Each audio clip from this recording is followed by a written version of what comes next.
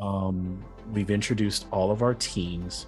Before we jump in, the one thing before we get started that I will say is different about our last every session we played up until this point. I'll go over the hooks that I sent to you all. Usually, the one way to play Tales from the Loop is to play mystery by mystery, and that's usually myself deciding that here's the mystery that we're going to play through. The party can explore the world as much as they want, but eventually they're going to go try to solve this mystery. Tonight's a little different. We're playing based on what the book calls the mystery landscape. I've given you a bunch of hooks. Some of those intersect, some of them don't. What I hope, what I don't want you necessarily to, you guys can explore these however you want, but they're really to allow you to have some kind of tie-in to explore the world. You don't have to try to do them all, in one session, but they're meant for you to just, and you don't have to, you can take your hook and say, I'm not going to touch this tonight, right? But if you want to explore it and you bring it to your party, you bring it to the other teams, it's a chance for you all to decide maybe there's one or two that you want to go after. If the teams in the group is not willing to explore your hook, don't worry about it. If you'd like to explore your hook in your own personal scenes, there are some things that I might have you make a roll to see what you found on your downtime, but you probably won't get as far as, of course, the group going down that road. So really what it is, it's now there's 7 hooks instead of 1. You all are going to decide where the story takes you based on the ones you share with each other and based on the ones you find most interesting. Each one of those hooks also had a question for you to send back and tell me more about the people involved. If I didn't get any bring them back, then I'll expect for you to fill those things in if and when you bring them up in game. Some of you sent back great stuff that I've already taken note of. But that's basically how tonight's mystery works. It's all based on which direction you all go. And that's what I'll leave it at that. Good stuff. Well, I think that's everything, which is Are perfect. are all of our hooks things on the map yet, or They're not all on the map. But as you hook something, it might pop things may pop up on the map, or I may point you to one of the things on the map that's already there for sure. So yeah. We'll explore those in game. So yeah, but good question. All right. Also, I know that we typically use a lot of like different music in this game. I didn't ask you for music tonight, but based on using your anchor, you all can have one song that you typically are, maybe throw out to use. With YouTube these days and trying to be able to share you guys stories, not so that I can like necessarily make money, but just so you guys can access those on a playlist. The more songs we use, the more likely they get struck, and I go through a bunch of stuff dealing with them. So I'm using a lot less of it now, maybe using 1 or 2 songs that I know we'll be able to get away with. only Uh, Thriller? yeah, surprisingly, Thriller did not get tagged when we used it in last game when Annika used it. So yeah, so what we'll do is I didn't ask for any. So if you have a song that you think plays during a moment, like maybe when your anchor, your pride moment, or your whatever that may be, or your drive, send it to me in the chat, or if I don't see it, say Malcolm, I would like to play this, and if I can get it queued up, I will. But I'll be playing a lot less of that music to give you guys space for those, maybe 1 or 2 per session. That's about it there, and I think we can open the game. You guys are ready. Anybody need to use a restroom or anything like that? Any quick breaks before we start? Okay.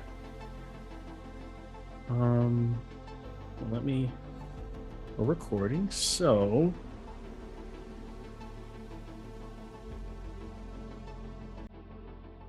change over a couple things here.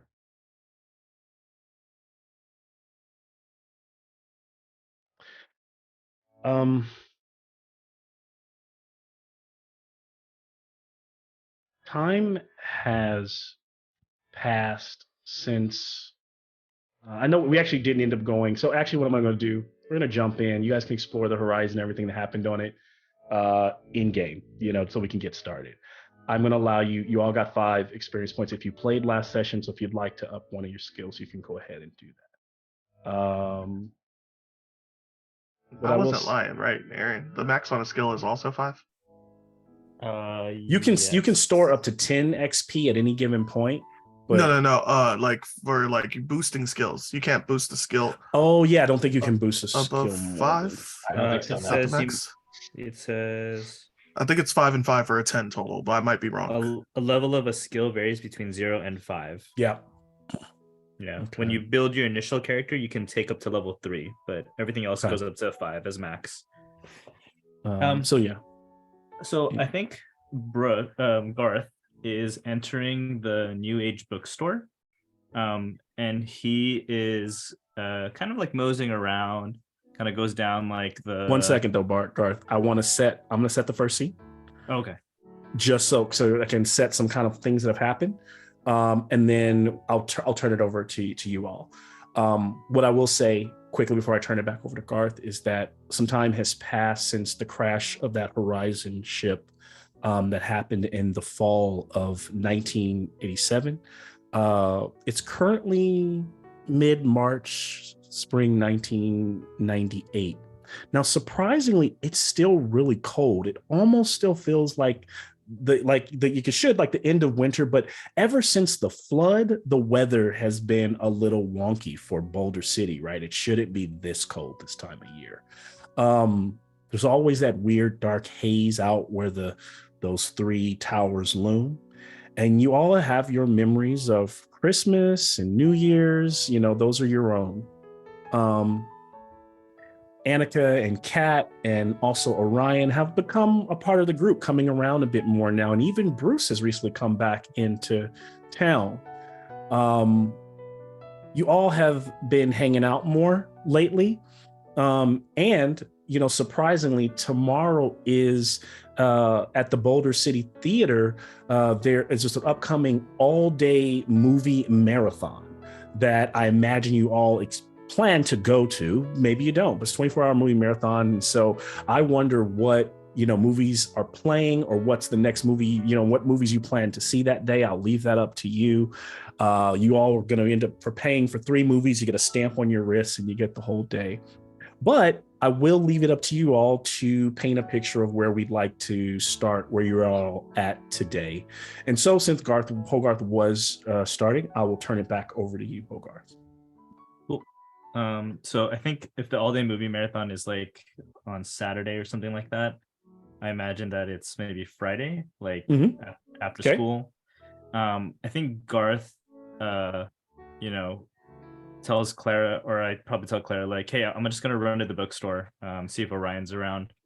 But I'll catch you later. Maybe we can get something to eat before we see the rest of the crew. Sounds good. Okay.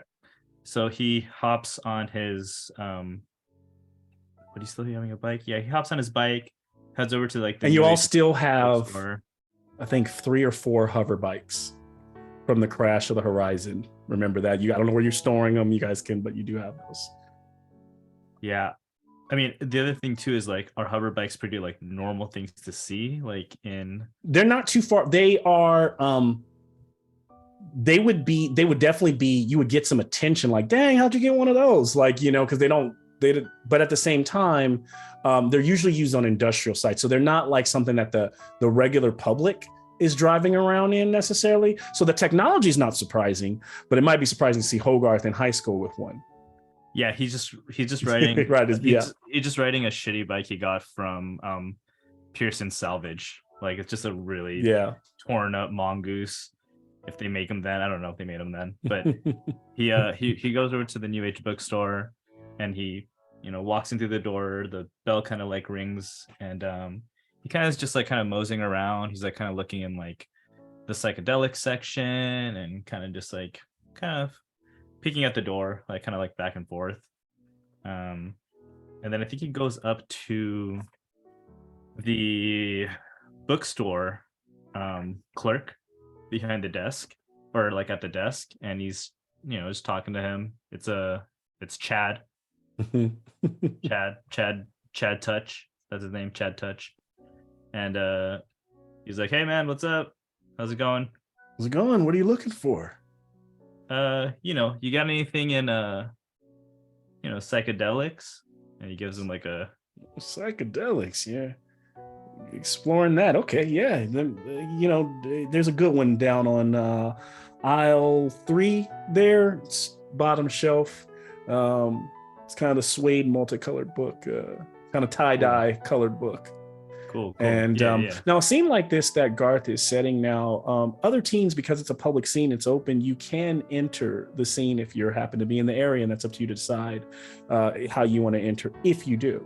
So I'll turn it back over to you, Bogar. Yeah, and he goes like, cool. I'm gonna just go pick that up, and I'll bring it up to the front. And he goes over and he picks up like, the psychedelics book, and he like kind of flips it open.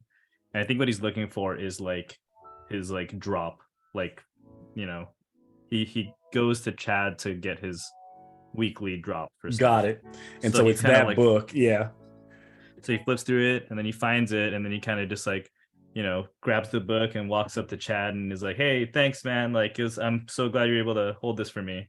And he like slips him like not a problem, bro. Anytime. Same right. time next week. Yeah, sounds good. All right, catch you later, man. High five. High five. Bam. Hey, did you hear about this? Like, there's like some crazy gaming tourney or something like that. Some gaming tournament out in, I don't know, some crew started talking about it. Yeah, man, I've heard about those guys. The radio pirates. If he gives you this like number to, if you tune into on, a lot of times it's on Thursdays, late night Thursdays, or late night that Saturdays. You tune into this particular radio station on the AM channel. These guys are dope DJs spinning all kind of like fire hip hop and mixing it with other, cool, even electronic tracks. But they supposedly, I got this, flyer saying that they're going to be hosting hosting a game tournament about some new game. Cool. I have never even heard of it. They say it hasn't even hit the market yet. Nice, man. Can I have from you, Hogarth? A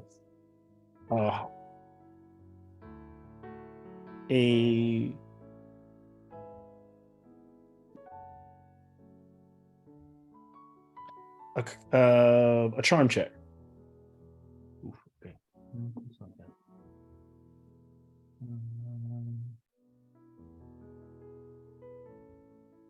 One success. Okay. And he goes, how did you hear about this? Oh, I was over down by Billy's, over at the salvage yard, and he's got a couple friends that kind of hang around. They're kind of gamers. I think it's like cousin Mike or something like that. He's kind of into the gaming scene, so he kind of mentioned it. Me and Mike kind of hang out after school sometimes, just hang out at the salvage yard and just kind of, find cool places to hang out. Well, look, dude, it's not, gaming isn't really my thing, but it sounds pretty rad. So he says, but here, and he has this little crumpled up piece of paper under the desk next to some of the books, and he pulls it out and he goes, there you go. You can go ahead, and he has like a little kind of little like numbered code on the bottom, but it's a flyer and a location that is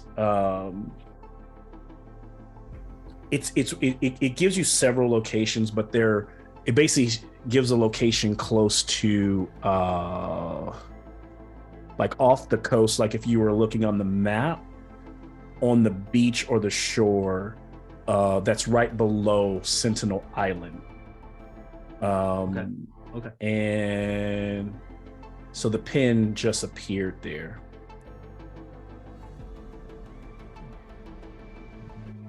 Okay. And the pin is just titled "The Pirates." That's all you should be able to see. It's just that pin. Okay. I don't see it right now, but it's all good. I'll figure it out. Yeah. And as Garth, maybe refresh it. It usually takes a minute sometimes to pop up, but yeah, it'll eventually pop up. As Garth gets that information and walks out the door, we kind of crash to black and open tonight's session Can you guys see my whole, is it like a whole screen like black, or do you see my desktop as well? Black. Black. Okay, that's good. All right. Should be able to hear music.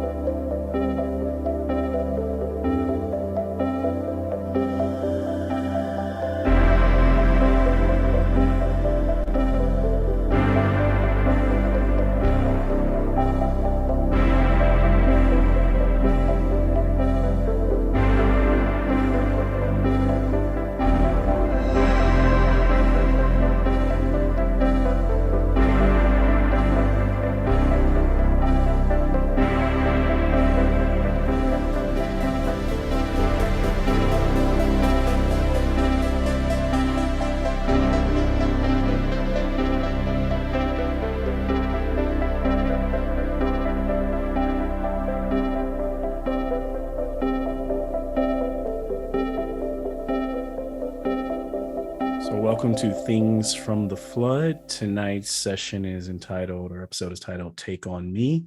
And I know Orion, and Nathan, you're not listed there, but as our special guest tonight, as your first game, you will survive tonight and you will make it onto the credits of our future session. It's not like Alien, so you should survive tonight. Don't worry. Don't worry. All right. So now, Garth kind of set the tone with that first scene. I would like to kind of pick up and either have a player set the second scene, or have you all set a scene, right?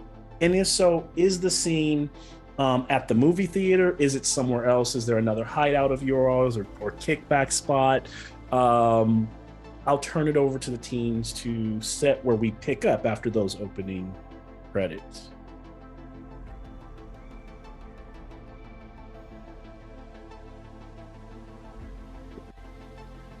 So I'll start.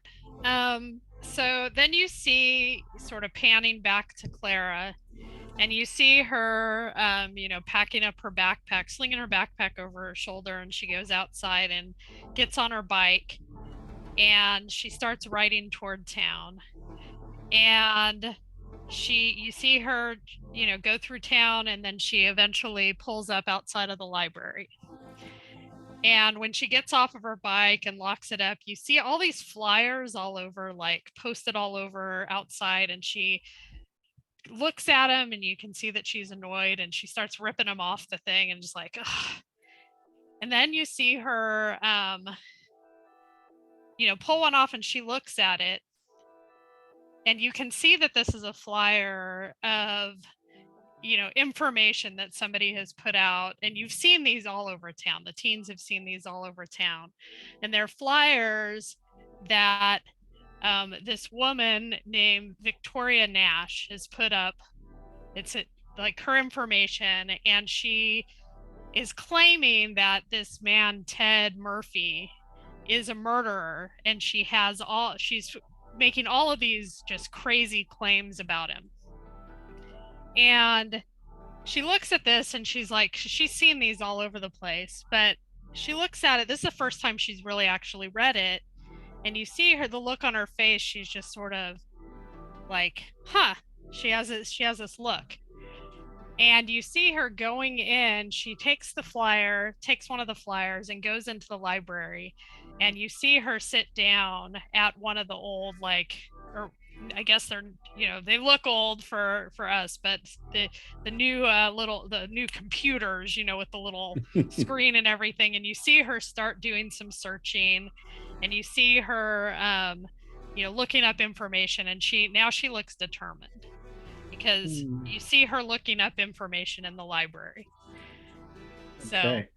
And I'll add that, yes, recently, the group has, some of you have gotten access to your first computer, or you can go to the library to access them. And this new thing called the net is available, that's allowing you all to get, random information at the peck of, at your fingertips. And so we find Clara trying to get some information on this lady, I take it, right? And what is? May I ask if there's anything further that is there anything about what she's trying to find, or just more information, more information about the lady, or more information about Ted Murphy? You actually see her looking up information about Ted Murphy. Okay. I mean, you see a little bit of both. I could also imagine, if we were looking at this from, I don't know if we would see any flashbacks or anything at this point, or if she can reveal it as she talks to the group. Mm-hmm. But you see her looking up information about Ted Murphy. You see her looking up information about Victoria Nash, where they went, what the relationship might be between the two, and if they might have known each other, because she has a hunch about these two. Interesting. Can I have a why is my computer acting like this? Can I have a it's not really a tinkering or programming system because you're really just on the computer, but whatever. I think is there an investigation, or am I thinking alien? If not, it's comprehend. No, there's an investigate. Investigate. Yeah, so give me an investigate. Yeah. Give me an investigate check. Helps you understand clues. Mm-hmm. You can ask questions. I got 1 6. Nice. All right. I got more than that, but also with your other 6s, if you look on the cheat sheet, you can buy with the other 6s that you get, you can buy effects with your successes. If there's something else you want to add to it, but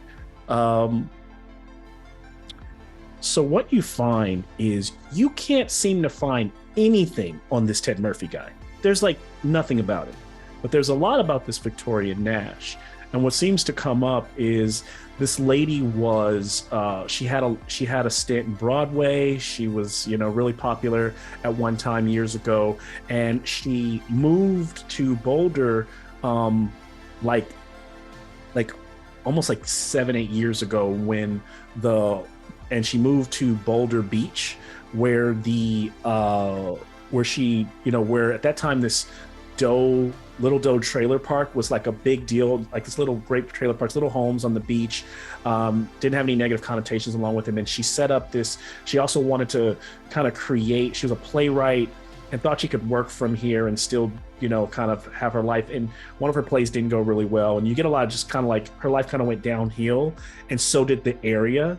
And right now it's just kind of known for, being kind of housed by a bunch of homeless. Some people say she kind of had a nervous breakdown. Some people say she's kind of crazy. That's what you find. What's also probably perturbing you a bit, Clara, is we kind of flash back to you sitting, Mom come home about a week ago, and she sat you down. She's talked to Garth about this separately as well, but there's kind of a shot of her saying,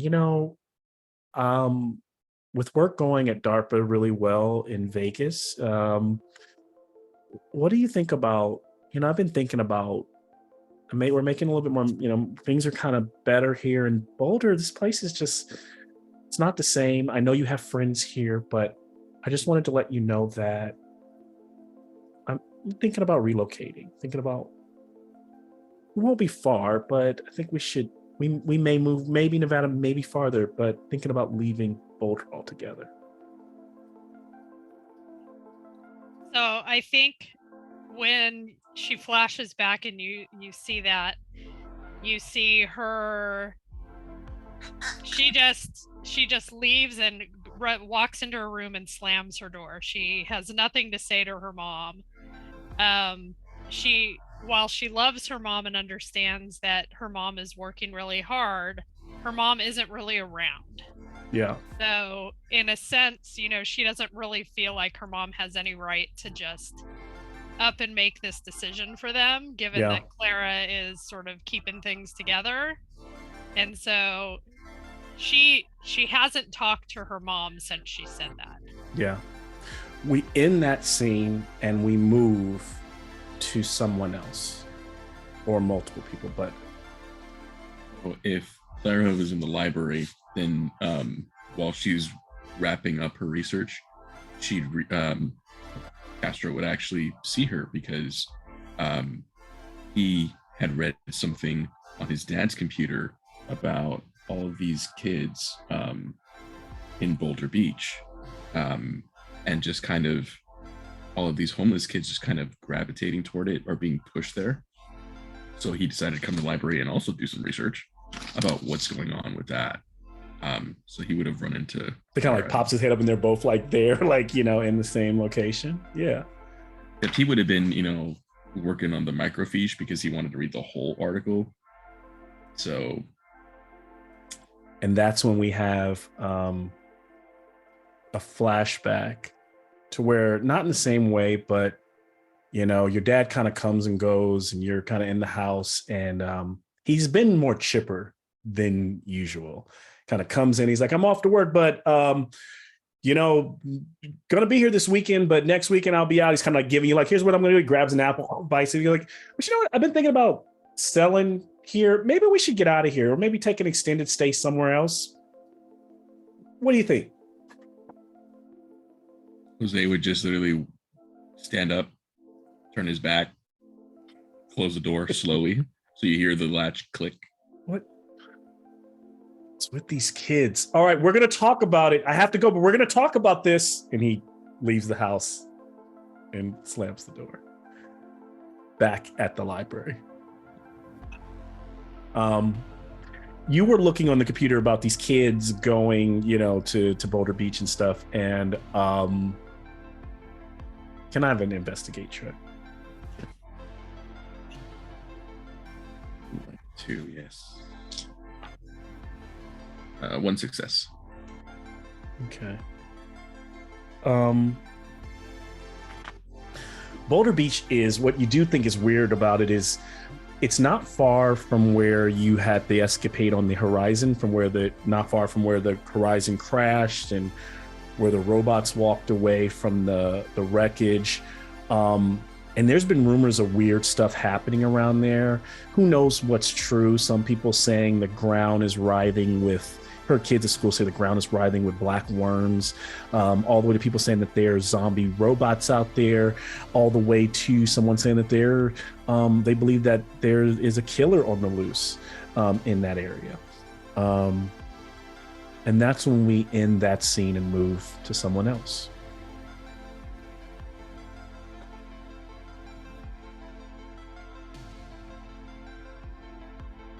You flash back to the New Age bookstore. Turns out Orion was in there the whole time, but he was in the back room where the owner lets him meditate, you know, for hours and hours, often after school, or sometimes he'll skip school. And he's been obsessed with this video that came out recently of, or the people have been sharing it at school, of a dead body that they found, I believe at Quarry. In the Quarry, yeah. And he just keeps watching it. I guess it's on a VHS or something, but it's become a kind of meditation for him to just obsess about this dead body and watch it over and over and contemplate mostly kind of abstract ideas about his own mortality, but it's also disturbing him in a way. And he's been dreaming about it too. He's been dreaming about this body, this dead body, which is one of the ways that he found this group. So he heard Garth come in and just decided to keep meditating. But he's gonna come out of the back room where they have the meditation cushions and whatever, and in a cloud of incense, and he's gonna decide to go outside and see if he can chase down Garth. Can I have a comprehend? He's gonna go outside and try to chase down Garth? Yeah. Or okay. Can I have a comprehend check before you do that? Sure. So that's my mind. And is he chasing down Garth because he's met Garth before? I think you said I have met them. Yeah, I did say you did. So I was wondering, yeah, so he's met him before. Okay. Yeah. But it's probably been 10, 15 minutes, so who knows? Okay. I mean, it's up to, I mean, like I said, I'm going along with your ideas right now, but give me that comprehension. He may go outside and there's just, he decides to go home or something. No sixes. No sixes. He can push and take a condition and choose which one, whether it be like he's, something, maybe something that's broken his concentration. He could be upset, or he could be exhausted by it, or he could just let it go. He's gonna push. He's gonna push. Okay. Do I give me another roll? So do I roll the same number? Same number of dice. I get 1 6. So with that 1 6, what you not only did you know Garth was there, but not only that, but you know why he comes there, and you know what's in his little tie-dye book that he takes to the front, and you know that he's not coming for like the knowledge that's in the book, but for something else. And so when you do go to meet him outside, you do catch up with him. Anything there? Hey Garth, what's up? Oh, whoa. Hey, what's up, Orion? And I think Garth was opening his palm, counting stuff, but then he goes and he just kind of yeah, what's up, man? How's it going?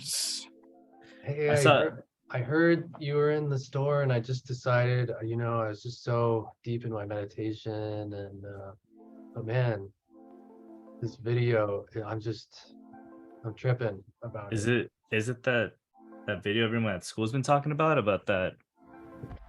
Yeah, it's that body they found, and I don't know who even shot the video, but it's just, I don't know why I keep watching it. I just can't stop. I can't stop thinking about it, and I feel like I have these dreams, and I just can't stop. It's man, I don't know. Maybe you need to get some air. I mean, you want to go hit up the rest of the crew? You can hop on the bike. Yeah, I mean, hey, I know what you do in the store. I know why you come there, and I know I normally don't do that stuff. I've never really been into drugs before, but I don't know. I'd be into it at some point. It looks like a real body in the video. Looks like a person. Yeah, man. I mean, I didn't want to assume anything, I just, I know that you're kind of deep into meditation and stuff like that.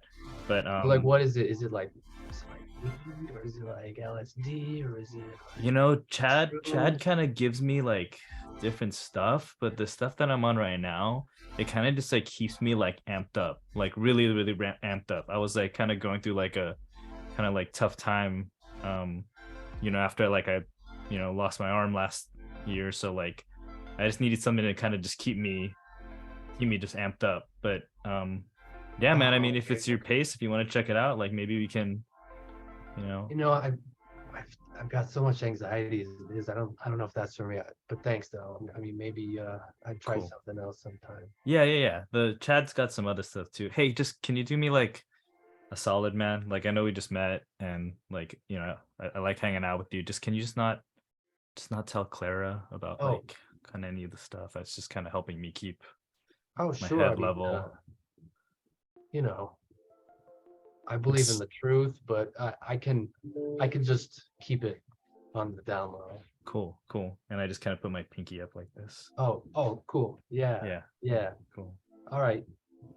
Is this on the pinky, the close shot on the pinky, almost 80s Predator style, instead of them the lock buff arms with the pinkies. Orion's not so sure about it because he's agreeing. Yeah. So he's kind of oh. Yeah. But he needs the friendship, the companionship right now. So we smash cut to a different scene. That is a completely different scene, but probably picks up framed in the same way as those two pinkies locked could be. But who wants to? One of our other teams. You can do it.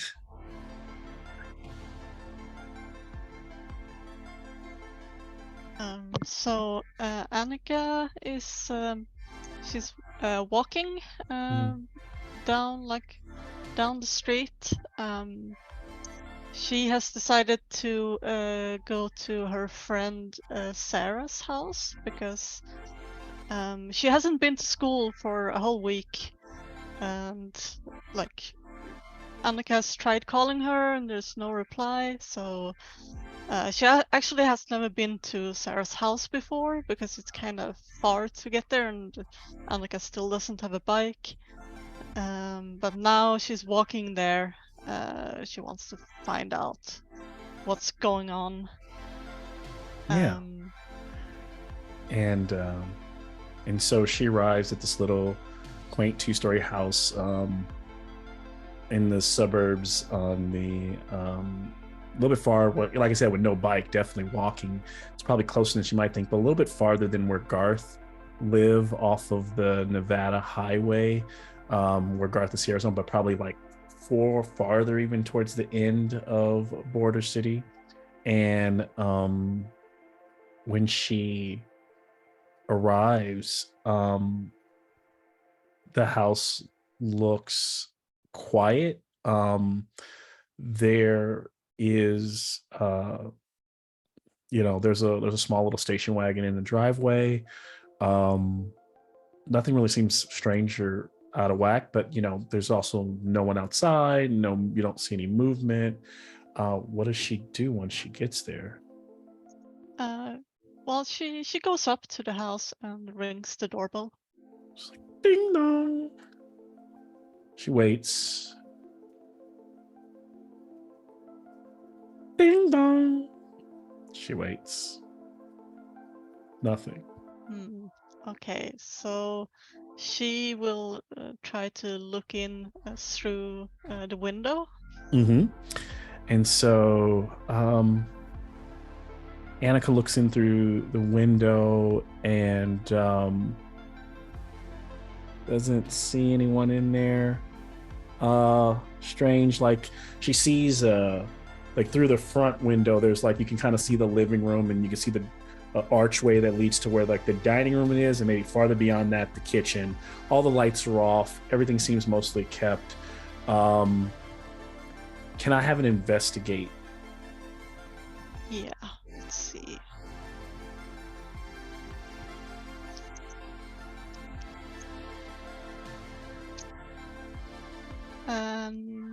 No successes. Okay, she can push, or she can. So I think if she leaves it as is, what she's feeling is like, just I walked all this way, no one's home. I don't know if you said it was Sarah, right? If Sarah told you much about her family situation or her guardianship, but it's strange. There is a car there, but no one's responding. There's no one moving around inside the house. I think she will push it. Okay. If she push it, which condition will she take?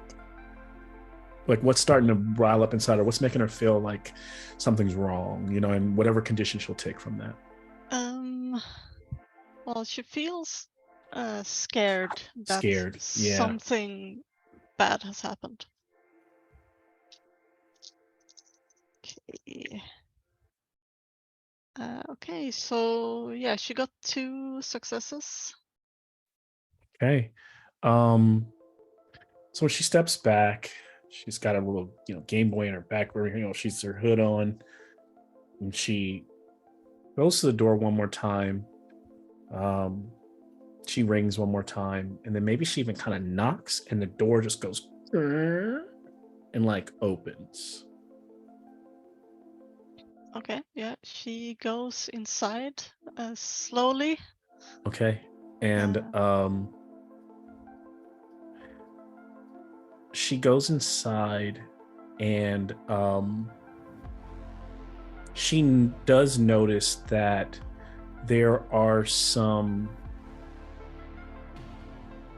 What doesn't sit right, well, nothing's really messed up. There are multiple footprints on the hardwood floor that seem a bit dirty, and she starts to notice that they track outside, but she loses them fairly quickly. One thing she does notice is when she goes upstairs, in wherever Annika's maybe mother's room is, it's a bit like disheveled. Like things just seem like not necessarily like there was a troubling issue, but things don't look like, everything else seemed really kept, and that room seems really off. And then in Sarah's room, she finds Sarah's computer, and and all her books next to it, but she finds a floppy disk that has scrawled on it Machine God 3.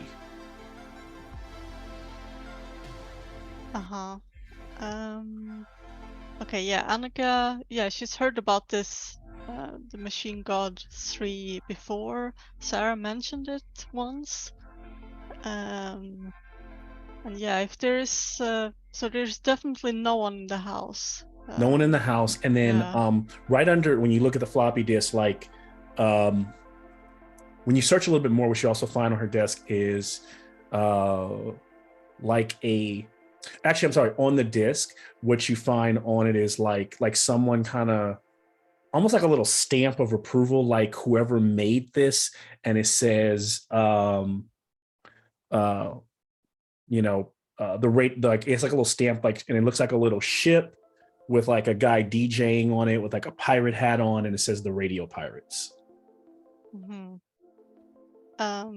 Yeah, like Annika will, she takes the floppy disk and puts it into the computer.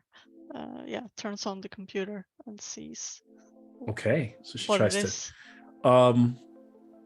And so as she does this, it begins to like boot up and light on, boom, and there is this, like the screen goes boom, and then it looks like a very like 16-bit like Oasis, and then it says welcome to paradise, and it starts to look like almost like, it's first person but almost looks like old school Doom, and it's this kind of like beautiful forest, and in kind of like she's not even moving anything, but the forest just starts moving as though you're first person and you're like marching forward.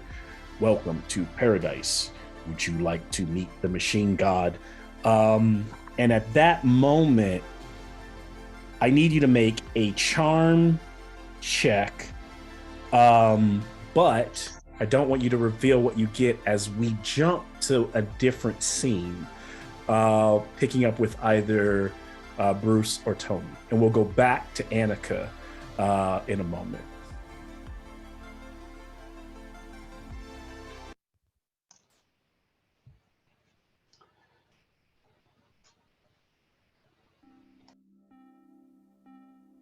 Bruce, Tony? Sorry, my thing was being weird. Yeah, no worries. Bruce was he just left work, left the record store, picked up some Thin Lizzy, and he's heading over to see Joey Baker, was it? Yeah. Yeah, so he goes for his weekly visit to see him.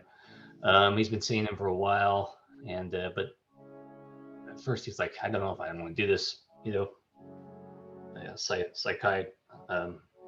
shrink shit. But he finally said, well, we'll give it a whirl, and he actually kind of he liked this guy. He's opening up to him. Yeah. And so Bruce, Joey is not a shrink, but he's kind of, is he be? He's a social worker. Social worker. Sorry. Yeah, but he's a younger guy, a little bit older, definitely older than you, probably close, like maybe 28, 29. But you know what? He does put you. He has a really kind of calming personality. Exactly. He is dresses down. One thing you always notice is that he's got his face isn't quite burned, but he's got some burns. He kind of usually will wear like a turtleneck, or usually wear something kind of high, because he's got burns on his neck, and he always wears long sleeves, and he always wears a pair of leather gloves, which is interesting. Yeah. But he was kind of skeptical, but he said but they started to get to know each other, and as Bruce related that through music or whatever, he's able to escape or get out his frustrations, and he named some artists that he was into, Joey likes the music, yeah. Joey knew what he says, "Oh yeah, I know that band." It's like, yeah, sure you do. Then he started name dropping and all these things, and then there was a connection. So he's just gonna go stroll on over and see him briefly. And so as they sit there, kind of, I don't know if they have a beer, maybe they share with each other. But Joey says, "Thanks, man. I appreciate you coming by. How you been?"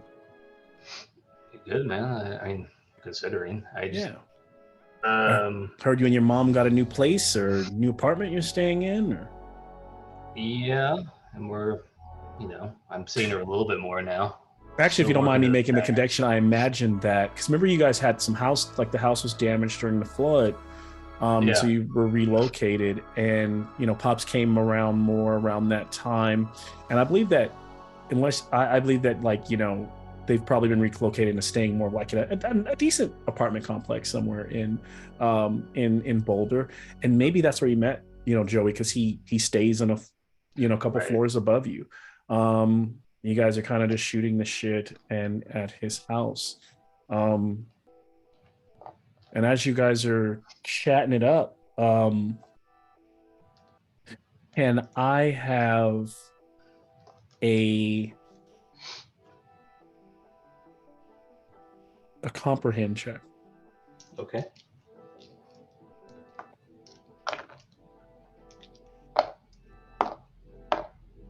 Oh, 2. 2 successes. Yeah. Okay, 2 6s. So with 2 successes, what you notice is he's got a small little apartment. It's not too dirty. You could tell that he's a guy kind of probably even more neat, probably neater than Bruce, right? Maybe there's something that Bruce sees. He kind of seems to have his kind of shit together and seems to be a bit disciplined, right? In terms of the way he keeps everything around him. But he has a desk, and that's clearly where he works. And you see his social work files, and they're kind of open. And as you kind of walk over to the kitchen, as he hands you a beer and you look down, you notice that you see Victoria Nash, one of the ladies he's assigned to, but the paper underneath has a picture of an elderly Black woman who resembles Tony's grandma.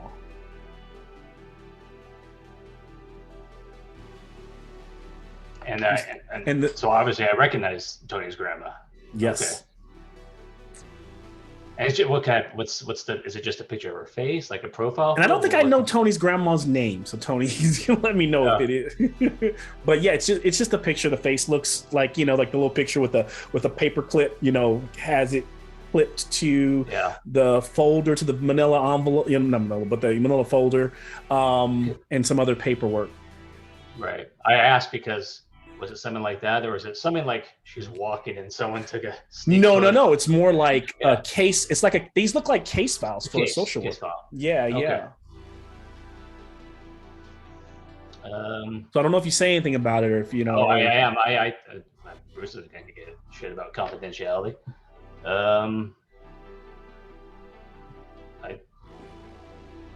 You see my friend's grandma? Oh, yeah, I really should have kept these. He kind of quickly grabs them and kind of folds them and tidies them up. The Maggie Davis? Maggie, that's right. I've just been assigned to her. The lady has Alzheimer's. She's kind of starting to. I haven't even made my first visit yet, but I'll be heading over there later today to make my acquaintance and just start to check up on her and make sure she's okay. Huh. Okay. Well, I know her grandson well. Oh, small world. That does make sense. It's Boulder is so small. But yes, he goes, just so he kind of opens up. He goes, yeah, that's just her. It's assigned to her by the city, and I just haven't. I don't know her very well, but gonna check in, make sure her internal nurses that she's doing all well and okay. Cool. Is he acting sketchy? It seems like it. Is he am I getting a vibe?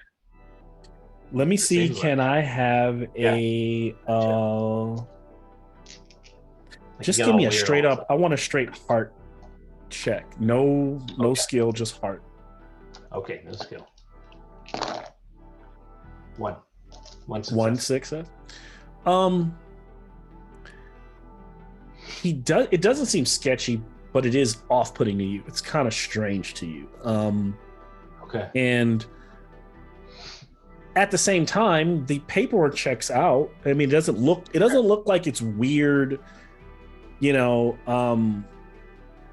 it's just that kind of weird. Like, how am I find myself where this guy's actually connected to a friend of mine, and he's going to see her.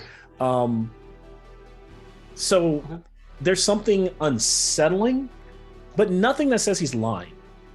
Right.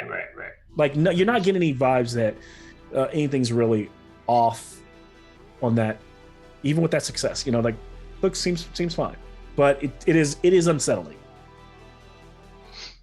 Kind of look at him for a moment, and then I just kind of go, okay, cool, whatever, it's your job. At that moment, we smash to where Tony is.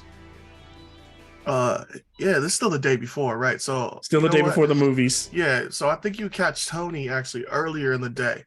This is before his baseball practice. Coach has gathered up him and a few other kids, and he has them running bleachers, just yelling at us, talking about responsibility and how if we want to be leaders on the team, we need to take care of our brothers and all this nonsense. I'm just mad because I'm gonna be late for practice, but apparently somebody's not showing up to off-season workouts. Mm-hmm. So when coach finally lets us go, Tony's just gonna grab up the rest of the kids and be like, I've got to hit practice, but you guys need to go figure out what's going on with Brian. I didn't even know he was still on the team. So you're going to ask the rest of everyone. I'm telling the kids to go. I'm not trying to. I got to go to practice. I'm too busy. I want them to you go. Mean when you say kids, you mean the teens in this group? So the other freshmen that are getting punished. Oh, the other freshmen. Okay, you're going to put them on it. Got it. I'm making them go do it for me because I ain't got time. So give me a lead check to see if they'll listen to you. Thank you for giving me lead instead of charm because I get an extra one there.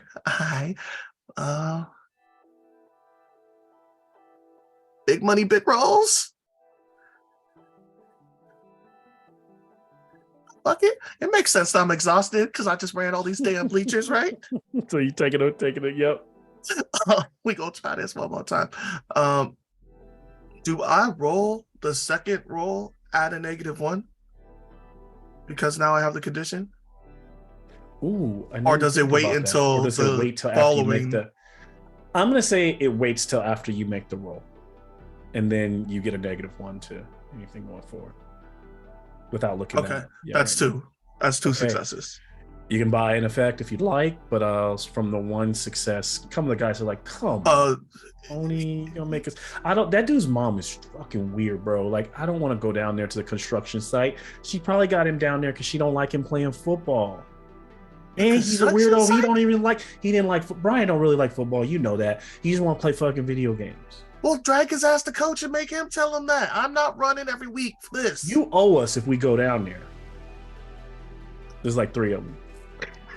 Oh, okay. All right. We going. We going. The cow. Tony gives him a look. I'll try to bring the ladies. I promise. Next time. And so as they head off, we smash back to Annika, and I asked for a charm check, correct? So if this was D&D, this would basically be a charm. This would be a save. So how many 6s did you get? 0. Okay. You can push and take another up to you. I mean, okay, yeah. She will push. Like, she's really intrigued by this game and everything that's going on. But if she I think she will get upset. Okay. Yeah.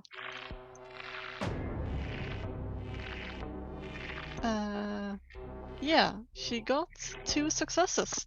Nice. I don't know if there's. Can anybody tell me what you can buy an effect with a With that particular check, is what was the check? For charm.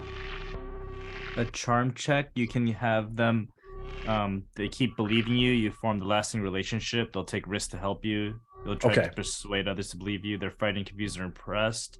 Okay. Or they're infatuated. That makes sense. That won't really work here, but I'll give you another piece of information for the 6. But what happens is, suddenly as you're walking like through that digital forest, the pixels start to like get clearer and clearer to where it's like high def, and you're in this kind of wondrous world. And at some point you see like figures, you're like in this kind of wonderful like fantasy land, but in the land like everyone is running around with like guns and bazookas and blasting each other, and like on the hillside, and it's a full-blown kind of like first person shooter environment, and you find yourself kind of sucked in from an Anakin, and you look down and you find this like huge like bazooka on the ground, and you grab it and you start running and gunning, and you take off a few people and they blast and they get hit and they turn into like pixels. And then after you kill a few of the people, they kind of like turn into like little coins that you continue to collect. And then eventually you stop and you catch your breath, and it's like, and you look up, and on the sunrise, you can see in the sky, it says like almost like the beginning of a video game, it says Machine God. And then under it says, welcome to paradise. And you almost want to become a member of paradise. And then you snap out of it, and you were looking at her computer, you're sitting there with like the mouse on the keyboard, hunched over the computer, sweating like you were playing. You don't know how long, you look at the time, you've been playing for like 15 minutes, and you're like, oh no. And you like kind of step up. What do you do? Yeah, Annika just like pushes herself away from the. And it's still 16-bit. It's like all grainy graphics again, you know. Yeah, she's like, she just wants to get away from there, but she takes the floppy disk with her. Okay. For now, and yeah, she just basically runs out of the house. And starts heading home. And we just see her running, kind of camera following her, panic, frantic, running away from that home, where we kind of close out Smash there. And then we pick up the next day at the movie theaters. Everyone's there. You're already 2 movies in. You can decide what movies you've already seen and what movie's about to. You guys are sitting in the movie theater all together. The next movie's about to be coming on. You guys have all this weird stuff that has happened, and maybe so in a weird way, like even though I forced you into the scene, maybe you're sitting there uncomfortable. Maybe you're like, I was supposed to come here, but I want to talk to my group about this other stuff. But all of you are now together. Maybe even if you're not the person that would have seen the first 2 movies, maybe you missed those. Like maybe if you're Annika, you just showed up. I'll allow you to kind of set that, but you are in Boulder City Theater is where we're going to set this scene. And because it's an all-day thing, you could be in the movie theater, you could be passing in where the arcades are in the foyer, you could be going to get popcorn, but you're all together. I'll turn it over to the party for the teens.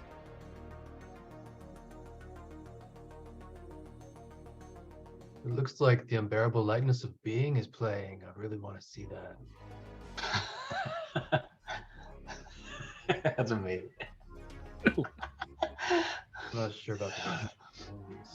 You might hear a slight sigh from Clara, but you're not quite sure if that's what you heard. That was me. That was not Bruce, dude. I mean, Bloodsport is playing.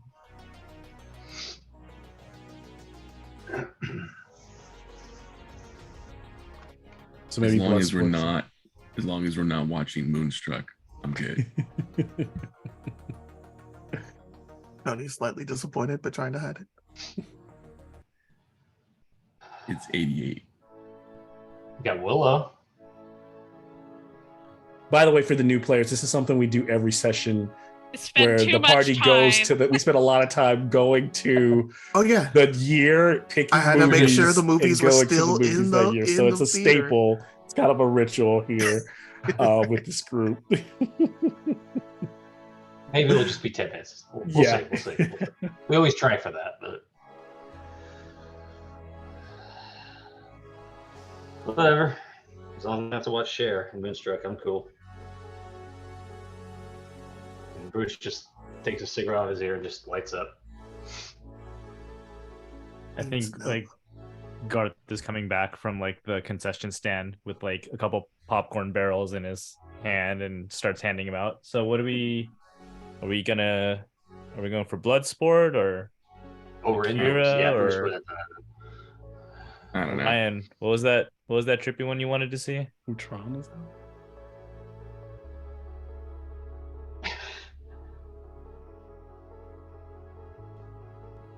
What was that movie, Orion? I'm looking this up. I don't know what it's about, but it sounds cool. Guess that means Hairspray's off the list too. Whoa. Wait. Why would Hairspray be off the list? That's John Waters. Come on now. Come on now. It's not like we're going to go watch 3 Men and a Baby. Wait, I love 3 Men and the Baby. I think I saw it last week. I would watch it again. At that point, like Castro reaches into his pocket and pops in with anxiety med. Just like, okay, water. This is kind of a little homebrew, so what I'm going to treat the theater. Everybody has a different anchor, but the theater acts as a pseudo anchor, and you guys spend time there. We'll clear one of your conditions while you're there. Oh yeah, Hogarth. All right. Well, while you guys decide, I'm gonna try to hit up some. I'm gonna try to hit up some of this Street Fighter, and I just like hand the popcorns to everybody, and I head over to the arcade. So I'm like, I'm within sight. I'm within sight, you're there. I'm like really into like Street Fighter right now. He's so good with one hand. That's what I was gonna say. I'm like, is he wearing his little? He's not wearing his. Because he doesn't wear that thing, right? He doesn't wear it often. Well, I think like Garth would have it like somewhere nearby, probably like a hand on his bike, like it's just like chained to his like bike outside because he just doesn't like wearing it. So Clara follows him over there and asks him, do you want me to play lefty today? Yeah, take the left side. I cannot get past Guile. He just keeps doing the kicks. Sonic boom. Sonic boom. So we're just jamming on the thing together, and I think this is like so Clara helps you fight like whoever like the tall pimple faced kid is that's next to you, right? That's and I want to way too long. I want to say that we're like crushing it. I want to know how well we're destroying it. I feel like we've had a lot of practice with this, and we're probably pretty in the zone. But Malcolm can let us know. I like it. I want since Clara's helping Garth, give me your tinker check with a +1 from Clara. From Clara? Plus one. Clara's giving Garth a +1 to make a tinker. Okay, so Garth is making the check. Okay, so Clara's helping me out with a 1. Let me see how well we're doing. Get off the sticks, freak. I like get pissed at that, and I'm like, hey, who are you calling a freak? And I like start pushing harder. So I'm gonna go ahead and push, and I'm angry, and I'm upset. And then, well, let me do that part first. That part. I'm still pissed, but I didn't have any successes. But I'm still so mad. I'm still so angry. Okay. Oh, got any more quarters? Or are you done? I'll see you next week, Urkel. No. Castro plops down 2 more quarters, just slaps them on the panel. Oh, you want some too? No. See, my friend is gonna do what Sean Chen did to him earlier. Or what the Tap Kids did to you 2 weeks ago. Hey! And I shove the guy. Oh, hey! What? Give me a force check, because he goes to jump or just goes to shove you back. Do I recognize any of these kids? They that are. picking on These him? are some. You've seen them around town, but you don't even really know them. They're not like they're not like people that would be hanging around with really Jake that I would know. No, they wouldn't be hanging out Okay. with Jake at all. Okay. Because if they were, they're gonna be on the list. Yeah, I go to push him. I don't have any successes, so you tell me what happens. I go to push him. Okay, and so you guys kind of start squabbling, and he kind of punches you, but like as soon as he hits you, you fall back. But he goes to his like knuckles, like, what's wrong with his face? And as he staggers back, the manager comes over and is like, dude, get out of here! Stop it! He's like, do you want me to kick you out of here? He goes, Hogarth, man, you've been good as a kid. And he goes, he kind of stops at you and makes that guy stand over there, and you stand over here. He goes, what's going on with you? You've been acting different, man. You're a good kid. I'm fine. I'm fine. I just need a. I expect it from this one. Urkel, you're out of here. And then guy, no, Urkel, you're out of here. And we'll be seeing you around, and he kind of. I'm like obviously not hurt, but like seeing the crowd, I'm like. Yeah, kind of like I'm like yeah, you don't have a bruise, nothing, you're fine, but you might even hear like a clank when like he hits like my face or whatever. It's padded well enough. We don't hear. I mean, I don't think anybody caught it, right? If there was a little clank, I don't think he caught it, but he was like, dude, this dude's skull is hard. Okay, all right. That kind of deal. I'm still upset. Did you guys decide what your next movie that you're seeing is, or we were gonna do Bloodsport, but it sounds like we gotta calm Garth down now. Perfect movie to keep him amped to be. So we cut to like the Van Damme montage scene where he's like doing the full splits, and then like fast forward to like him doing the move in the air, the you are next. All of that happens. You all are kind of like, maybe some of you like the movie, maybe some of you don't. As we fast forward a bit to the movie ending, you guys have been in the movies for a while, and unless you guys want to add anything else here, I'm going to fast forward to you guys like somewhere at the end of the marathon, right? Probably later that evening, getting some food or something like that, unless you guys have a better idea. Food's good. Food, yeah. So midnight food. Yeah, so it's like, and whenever night rolls around, it as you slow down and you start to think, it's a time to think about all that stuff you don't want to think about, right? All that stuff that you are experiencing, all the weird stuff or the things that are happening in your lives. This might be a chance to explore where you all are at with some of the things you've experienced, or some of the things you've been researching, some of the things you've been hearing otherwise. So you guys have your burgers and your shakes and all that, and you kind of guys are outside the local, fast food location. And this place still has like a little robot. A lot of people have gotten rid of their robots. It's a little guy rolling around like, here's your food, like kind of like bringing like trays, taking them back inside. Kind of doesn't have legs, but just rollers, and kind of like rolling around, Roger, and like picking up trash and going back inside. Thanks, Dexter. No problem, Jose. Have any of my teammates gotten back to me yet from yesterday, or are they still looking? That's a good question. They actually do get back to you because you got them to go. I'm gonna roll a random die to decide what they find. So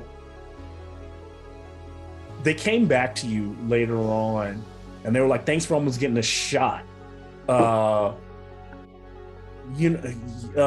They tell you that Brian's mom is down there, got him like barricaded inside the house, and she aimed a shotgun at us, told us to go away.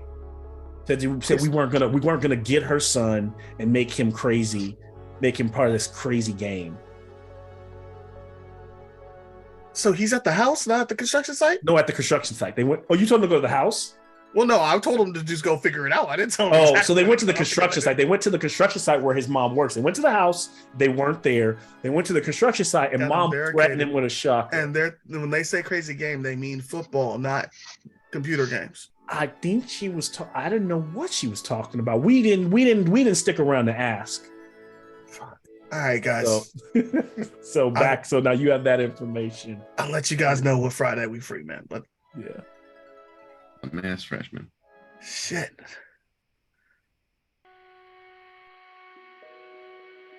Okay. Bruce is like, why am I hanging out with these guys? Hey man, look, we might as well enjoy it, because I mean, I don't know how much longer I'm gonna be in town. It sounds like my dad wants to leave. And he just takes a big old bite of his burger. You mean you're skipping your dad and you are gonna leave like Boulder? Yeah. He's talking about leaving. Where would you go? Why? He didn't say, and I didn't want to talk about it. I kind of just like look at Clara, and Clara's just looking down, and she's just like, she can tell she's getting pissed just talking about it. And GM, do we as players know that our parents have been? You don't. That hasn't come out yet. Just checking. You can both give me a comprehend check with you will need 3 successes for either of you to. As a player, I just discovered that. I was actually role playing. Oh, well, yeah. I forgot you. I don't think you were there for that game. That's why I'm back in character now. So I think that's why I've always treated Garth like he doesn't even know about it, because he's like on this kind of like trip where he's doing like drugs and stuff. So he's not even Aaron doesn't even know about it. I'm like, this is me actually role playing it. So there was a post-credit scene. There was a post-credit scene of them, because they've been staying, like the 2 parents have been staying weekends in Vegas working at Dark. Right. Okay.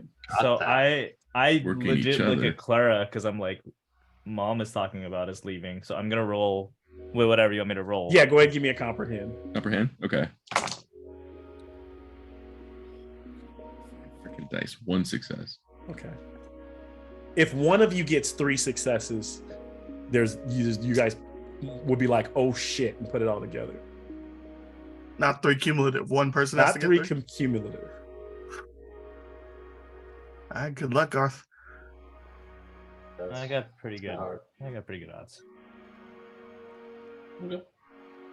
And no successes. Did Clara roll? Does Clara get to roll too? Yes, Clara gets to roll. So this is comprehend. Mm-hmm. All 3 of you, right? Yeah. Yeah, but you need 3. Yeah. Oh, okay. I got 2. Oof. I didn't get 3. Only got 2. I mean, I could push it and take. It's okay. It's just upset. It's okay, Jose. It's just like you guys are better enough not knowing. Yeah. We'll say with your successes. Here's what I will say, because since we're kind of playing with a little bit of meta here, you're like, I imagine that they all think it, but they don't. They all go, "What if this is kind of strange, right?" And then they're like, "Nah, and they don't say anything about it. They just kind of leave it at that. They'd be like, your dad, like your mom and my dad, nah. No way. No. Astro, you're always welcome to stay with me if you need to, man. You don't got to go nowhere. Appreciate it. It's just been really hard since, Bo going off and, Grandpa dying and my mom and, Father Joseph, like, we don't even know where the hell he went. So, and I don't think my dad's taking that into consideration. I think he's just trying to, keep at work and keep busy. Yeah. I don't blame him, but it sucks. Yeah. Father Joseph, I imagine, is like Ash somewhere in another dimension, just hopping dimension to dimension, with his shotgun and his like priest kudo and like fighting zombies and strange ethereal creatures and stuff. Freaking, yeah. There's like a spinoff. There's a spinoff show with Father Joseph somewhere, going on adventures in Corax 11. I feel like Chase needs to be with him though. Like, has his sidekick. It makes sense. Yeah. Speaking of Chase, I mean, what have y'all been? But yeah. Anyway. I think I'd be probably also like, maybe at the end table, like I'm sitting probably next to Orion, and I kind of lean over and I'm like, hey man, I've been wanting to like ask you about like your meditation, and also like kind of like that video you're talking about. Like when you meditate, do you also see that video in your head? Yeah, it's like running on a loop in my head all the time. And, I'm just taking it as a meditation on mortality and impermanence. But sometimes I just freak out about it. And I just I start sweating. So, I don't know. Did you guys all see that video? Wait. You saw the video? Yeah, I have it here. I don't know if we can find a VCR somewhere. Back at Jose's it's really house. What is it? What is it? Is it VHS Betamax. or is it beta? He said We got VHS. both. I could say it's VHS. Yeah, it could be a little camcorder. Yes. It's like Yeah, I made a copy over some episodes of my dad's. He watches game shows a lot and records them for some reason. He's got like 100 VHS tapes. it's like the video that's been going around. Are you guys gonna school, watch it? Bruce? Oh. I don't know if I'm. What was that, Garth? Sorry. Well, no, I Bruce mean, is like just chowing down his burger. But what? it's just that video that was going around school about what was it again, Orion? It's like some body. Yeah, it's at the quarry, and it looks like a body. I mean, I'm pretty sure it's a body, a person. I don't know. I think it's a person, but like I just keep looking at it. What, like snuff shit? I don't Bruce know. I just, mean, like, it's looks at them all like the like- person's already dead. They're already dead. It's I'll describe it for Orion. It's Sure. kind of what you recall. Maybe if the party watches, they see something else in it, but all you know is it's kind of a shaky cam.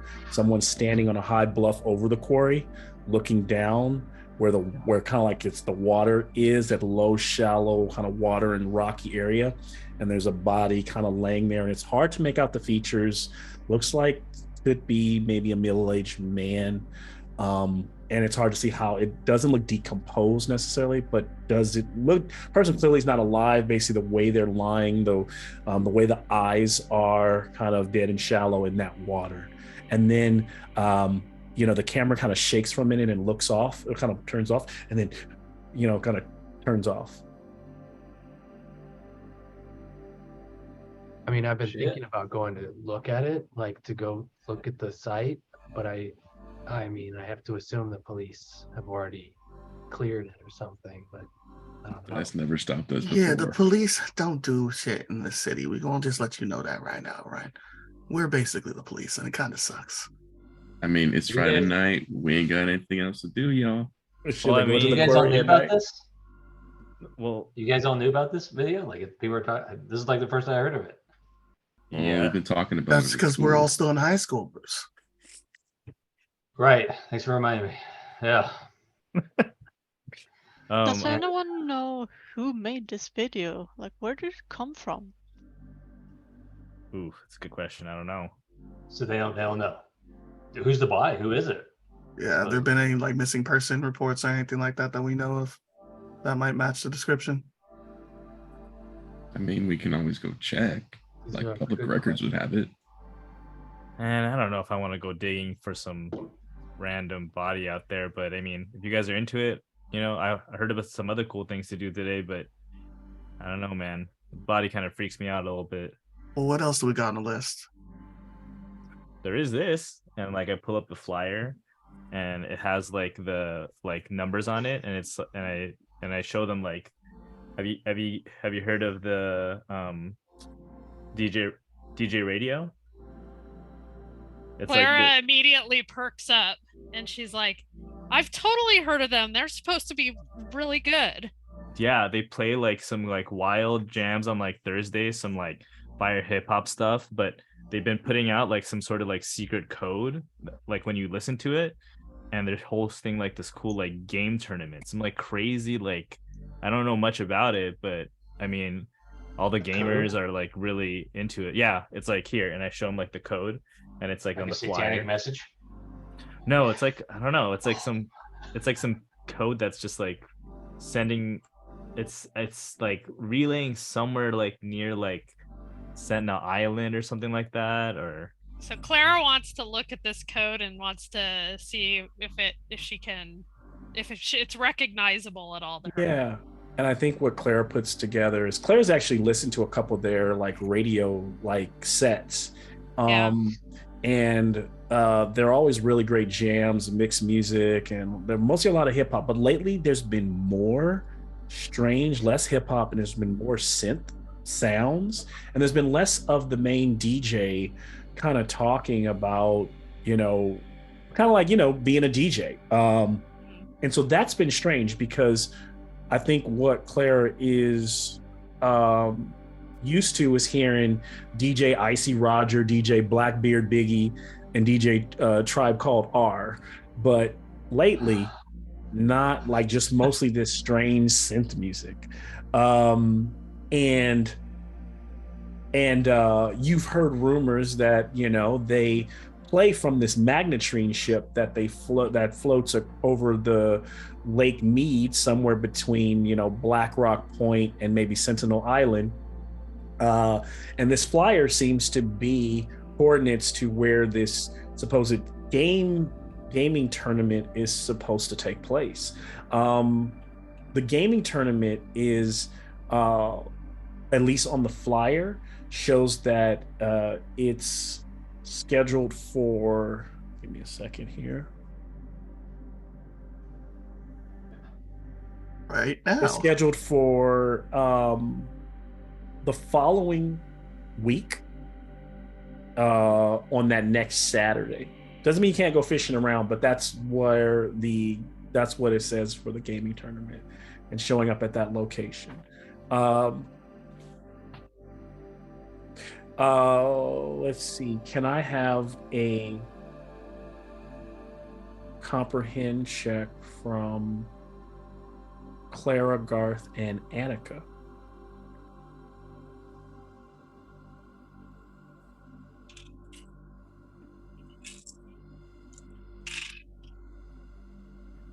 Clara got 2 6s. Okay. No successes. Nothing from Annika. Okay. So what this is like what Claire is looking at the flyer. It not only is it there's like there are the coordinates on there, but that strange like password code. When you look at it, it reads like M @ C8, and then it's like, but it's a bunch of like kind of different typographies that form what you can read, and you say it out loud, which immediately I imagine that Annika perks up, but it reads Machine God 3. Oh. I said, does anybody know the little code on the flyer? Yeah. So this code, it says Machine God 3. What does that mean? That's a game. My friend was playing that game, and I tried it, and it was so weird. Like, it was so realistic. It's like, I don't know. I think I must have imagined it, but it was like I was in the game. I have the game with me. Oh, cool. If anyone wants to try it, but yeah. Game. Anybody have a computer? Yes. Yeah, pull that out. No. I'm sure Jose probably has at least has a computer. Yeah, no, we have computers. I wonder if that's why Brian's mom is acting crazy. Wait, Ryan, what's going on with Brian's mom? You mean this game? Did you play the game? Oh, apparently she has him holed up at the old construction site at gunpoint. Wait, did Brian play the game? You guys know Brian, right? Brian, Clara probably doesn't have classes with Brian. I think Jake has isn't he that guy that's been hanging out with Jake? Hell no, he's not that guy that's like, I mean, he better not. No, I mean, that might be why he's crazy. You know what? That makes sense. He's been hanging out with Jake too damn much. That's why his mom is going crazy. Oh, you guys Maybe he belongs there. I'm gonna agree with Tony.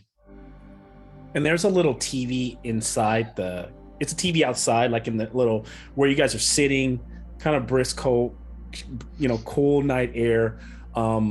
This little place is open, really open late. But they have like, it's not a flat, it's like a big TV, but mounted to the wall. Like, it's a big ass like monitor, but it's outdoors and it's got a hanging off the wall and it's playing like the nightly news. And they go, we now go to a live report. And this woman is like disheveled outside of her little house. And we're down here at Boulder Beach at the Little Doe trailer where Victoria Nash says that she was almost murdered tonight. Can you tell us what happened? She was like, he came to my house. He was dressed in all black and had a gas mask. And I knew I smelled something strange. And I think this Ted Murphy's been killing people. Ted Murphy's killed people before. I've heard screams. I hear screams near the quarry all the time. And then she goes through this kind of frantic Victoria Nash. And then they go, well, that's Victoria Nash's story. But some say we don't necessarily trust Victoria. And then they kind of go through this little expose about Victoria, who start talking to the characters that she created in her plays. Revealing that Ted Murphy is actually a character that she created. But the news notes that a body of a homeless man did turn up 3 weeks ago, a John Doe that was taken in. And they end that report, and then they switch completely to, that's creepy, kind of interesting, right there. Yeah, they understood Ted, and then they move on to another story about a brand new, looks like in 1989, we're going to get a new theme park, but it looks like it's just going to be for the rich. If you're, on Boulder Island, if you make enough money, you're going to be able to go to TSR. TSR is going to be a fully involved fantasy realm island for those who want to be adventurers, where it will be completely run. Adventurers will be able to interact with androids on the island. TSR stands for the Savage Realm, and we'll have dragons and dungeons and everything. That's going to be interesting, right, Bob? And then they cut and then move on. So then the news continues on. When is that Savage Realm supposed to open up? Doesn't open for a year, pretty much. Yeah. But here's the thing: what would be interesting for you to know is that Boulder Island is where Garth spent a lot of time after you all went there and freed those dinosaurs and fought the bad guys that were doing some weird time travel stuff. That's also where you met MJ Bot, and it was like pretty much a junked island, and so it's clearly being changed into this, updated to this new place. Yeah, Castro goes, hell no, yo. I saw Westworld. Know what's gonna happen there. No. Westworld came out 73. Yeah, that makes sense. Dude, dragons and dungeons and shit? I think that's kind of cool. I think so kind too. of like that box we play with? Oh, yeah. Yeah. That's how we met. All right. Maybe we can save up money for next year. Like, we have a whole year. I do like that. That sounds good. Yeah, Castro, you gotta stay with us. You gotta protect us. We're going to TSR land. All right. So what are we gonna do, y'all? Like, we're gonna find the body. Before that? Well, I mean, that tournament is until next week, so we gotta wait. But did they say a body was in the quarry? Didn't you say, Orion? That was the. They said they had pulled a body. They did find a body. The video was in the quarry. Mm-hmm. Did he tell us that? I don't know. Maybe I'm made it right now. But and so what I would say about, like, while the tournament is not for another week, it doesn't mean you can't explore the path of maybe the Radio Pirates or their location. That said, so I'm not putting it off so that you can't explore it. It's just not going to necessarily. Maybe you're not going to find the tournament that you're expecting today or tonight. But it's just as much on the table as going to the quarry. Is that close? They're all, if you look on the map, I will actually reveal the quarry. Okay, so you should now see, if you look over near Boulder Island, you should be able to see Boulder Beach. You should see Little Doe Trailer Park, which is where the report just came from, where this Victoria Nash has been posting all that stuff. Then you've got the quarry where the body was found. They're not far from each other. And then you've got down where Hogarth, a little bit, if you look at Boulder Island, which is in the blue with the little palm tree, and then you keep going right, you'll see so basically Boulder Beach has blue icons, question marks, and then the Radio Pirates has a purple question mark, and they're all within the same area. And if you look at like the mileage, like, or the, what do you call it, traveling, like, let's see, if you look, all of Boulder is Boulder's like 3 miles wide, technically, like it's a very small place. So from where you guys are at, it's probably,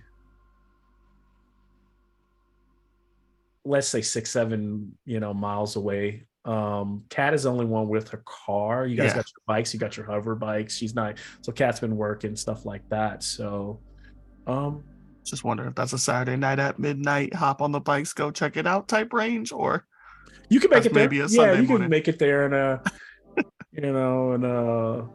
in like 2 hours, ride. Tony, I just know how you Tony, I just know how you feel about scary things. Like, I don't know if you want to go after digging for some dark stuff. Scary. He wants to kill Jake. He can handle this. Tony looks over at Annika and be like, scary stuff. I'm good. Okay. Anyway, I'm faster than all y'all anyway. Okay. All right. Just checking. Worst case. It's so important that we just embrace what's scary and just really use it as a vehicle to learn more about ourselves. So I think we should do it. Or we could talk to this Victoria Nash woman. She sounds like she's connected to something. Yeah. Oh, it's late. She sounds maybe. I've like seen. She looks familiar. Yeah, I'm down for a body, Orion. Awesome. Sorry, y'all want to go see the body? Y'all want to talk to the crazy lady? The body's probably not even there. I mean, we'll just see what we see when we get there. So we're going to the quarry. The quarry. Okay. Yeah, why not? Go to the quarry. Okay, going. We pick I don't up. care, crazy mom. Are they taking? Are they taking? Now the hover bikes cut the time down in half, and it is night. Probably people out in that area in the loop probably won't know you're running them. Won't see you or anything like that. So I would say that is they carry to a person easy. Yeah, you carry to a person on them, and you got 4 of them. You guys go flying out. I want to take them out. Do we still have the one that has like the little seat next to it? The little. Yes, you do. I think so. Cool. The sidecar. The sidecar, yeah. And so, as creepy as this is, the group prepares to head off and take on this, strange little mystery, with all of them having things happening in their lives. And so, I don't know where you've hidden your bikes, but the lights come on, and they lift off, and we see you kind of cruising over that kind of cold desert with the wind kind of whipping in your hair as they are headed out towards this very strange, deeper towards Little Doe Park and towards the quarry. And as they're flying off, we'll take a 5-minute break and pick up when they arrive. Good game so far. Good segue. Yeah, very good segue. I liked it. Cool. All right, let me get some drink. Good stuff.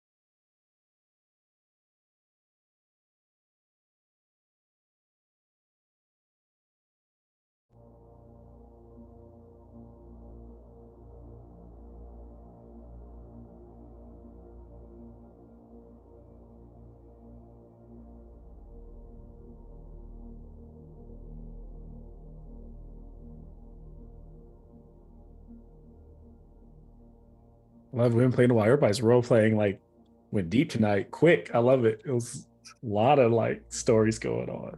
It's wild. It's wild the shit that's going on. Man, I tried to do my best to get us to care about the boy who's getting held hostage by his mom. But then Claire had to go and be like, oh, he's friends with Jake. And I'm like, fuck that kid. He can die. Don't care about no lives around here. I so wanted to add Jake to that last scene. I was like, we'll be here for another hour if I had Jake to see. Oh man, we get into fights over Street Fighter, so I should just leave Jake out of this. Yeah, my man got aggressive. I was like, yeah, you say you trying to keep that, you got that amped up pill right now, huh? You need to switch those out, my dude. I love how Bruce ain't said nothing about how your grandma has got this social worker too. Nah, just got Maggie, just got Nana Maggie just chilling. Like, he didn't even tell me that she was coming over the house. He was just like, yo, you'll figure it out. It's cool. He should come to the movies. Oh my God. That's my boy. That's your friends. Oh man. I don't know why I'm friends with any of you anymore. So good. Bruce. So, it's been a while, Jason. It has, man. I miss you, bro. I always miss you, fam. I always do.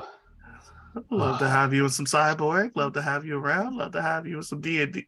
Love to have more of you in general. Well, that's very nice to hear. I don't hear that too often. So hanging out around the wrong people. You gotta hang out with us more. No, I'm a teacher. I drive my students nuts, probably. Yeah. It's definitely nice to have somebody who cares when you're in that age. They're few and far between, at least from what I remember. Oh yeah. Oh, Bruce, to answer your question, I think she's a familiar. Yeah. I think she's like old. You guys are young, so she's not like, she's like she's an older, was a celebrity at one time. She wasn't like Elizabeth Taylor status or anything like that, but she'd be a familiar face, right? She'd be a popular familiar face, and kind of a lady who's like no longer has any of that status. Is now seen as that kind of like the crazy old lady. Gotcha. Kind of wispy black hair, some grays, like because you clearly just saw her on the news. Kind of skinny. Yeah, with living in a slow trailer. Yeah. Someone who was on top of the world and not so much anymore. Yeah, and she wasn't like, she probably never got even really big, but just was notable. Had a career, had a pathway to that, and never got there. Okay. Yeah. Okay. Good to know.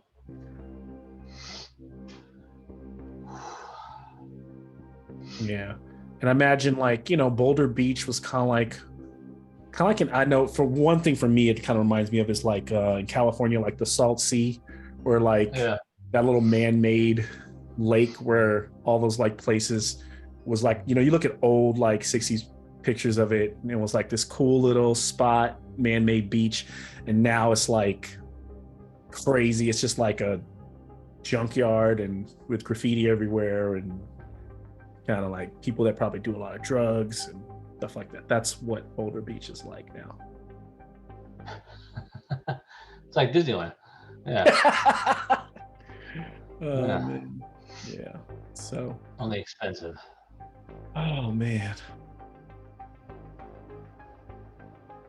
And all this is pretty close to the main reactor too, so a lot of guys are in.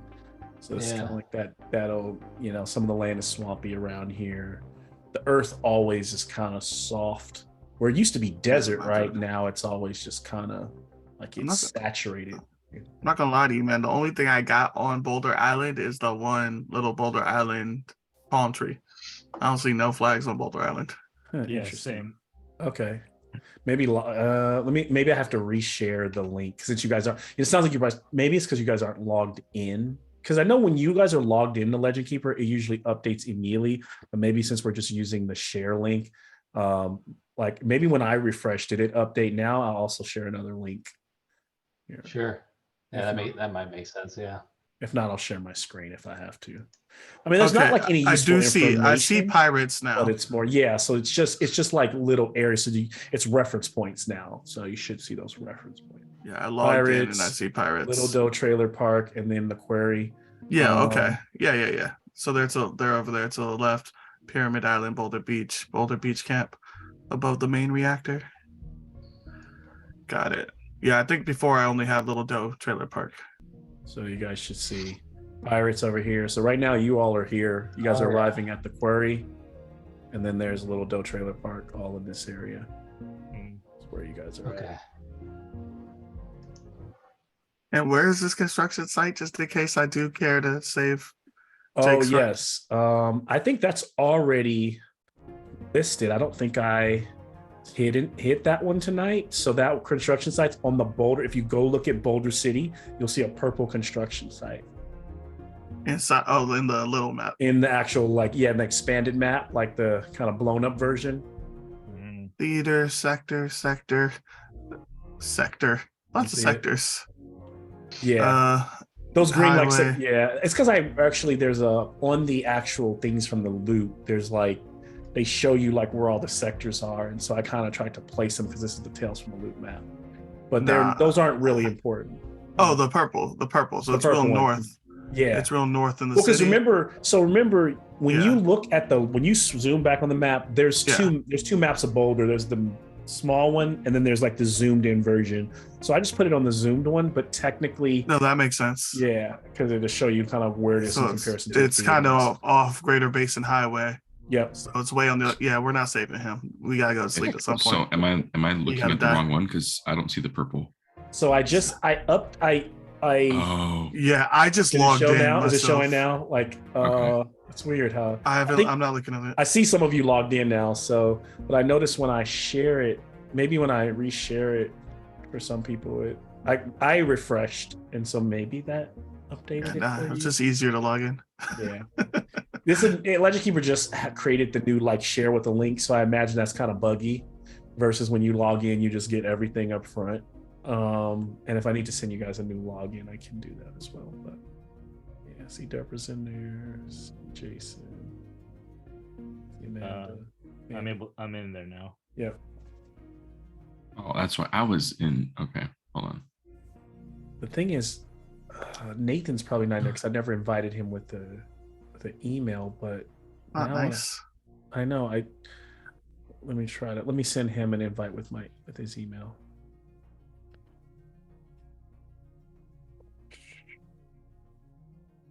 What Nathan, what is the role of the seeker?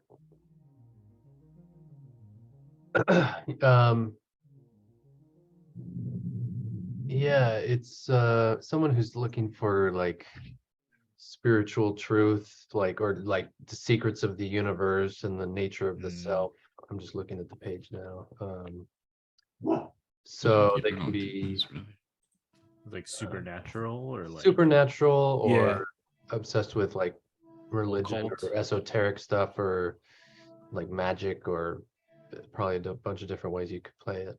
Okay, cool. Druidish, he could be a number of different. Yeah, that's what I was planning to transition to. But if he's gonna play that, that's what it was. I just needed to relog in. Yeah. Okay.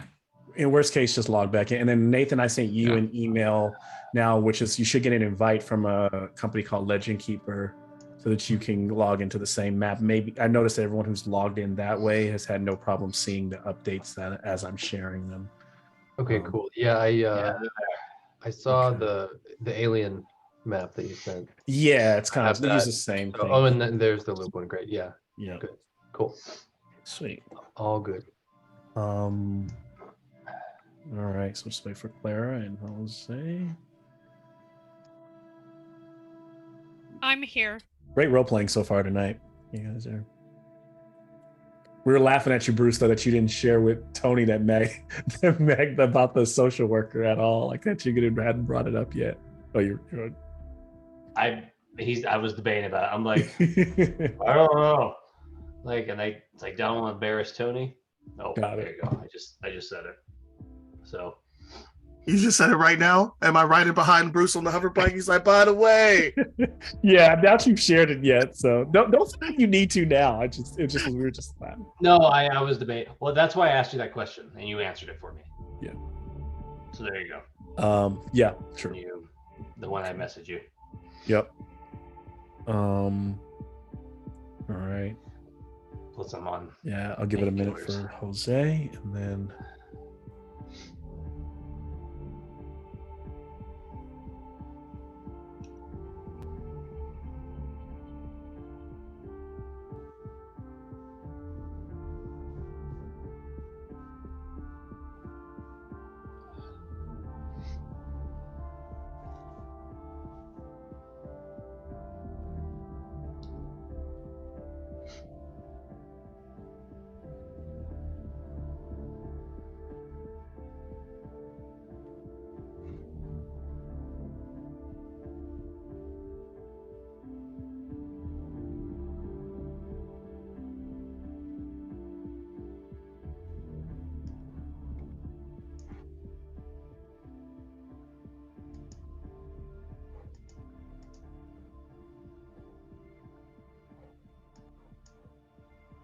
All right.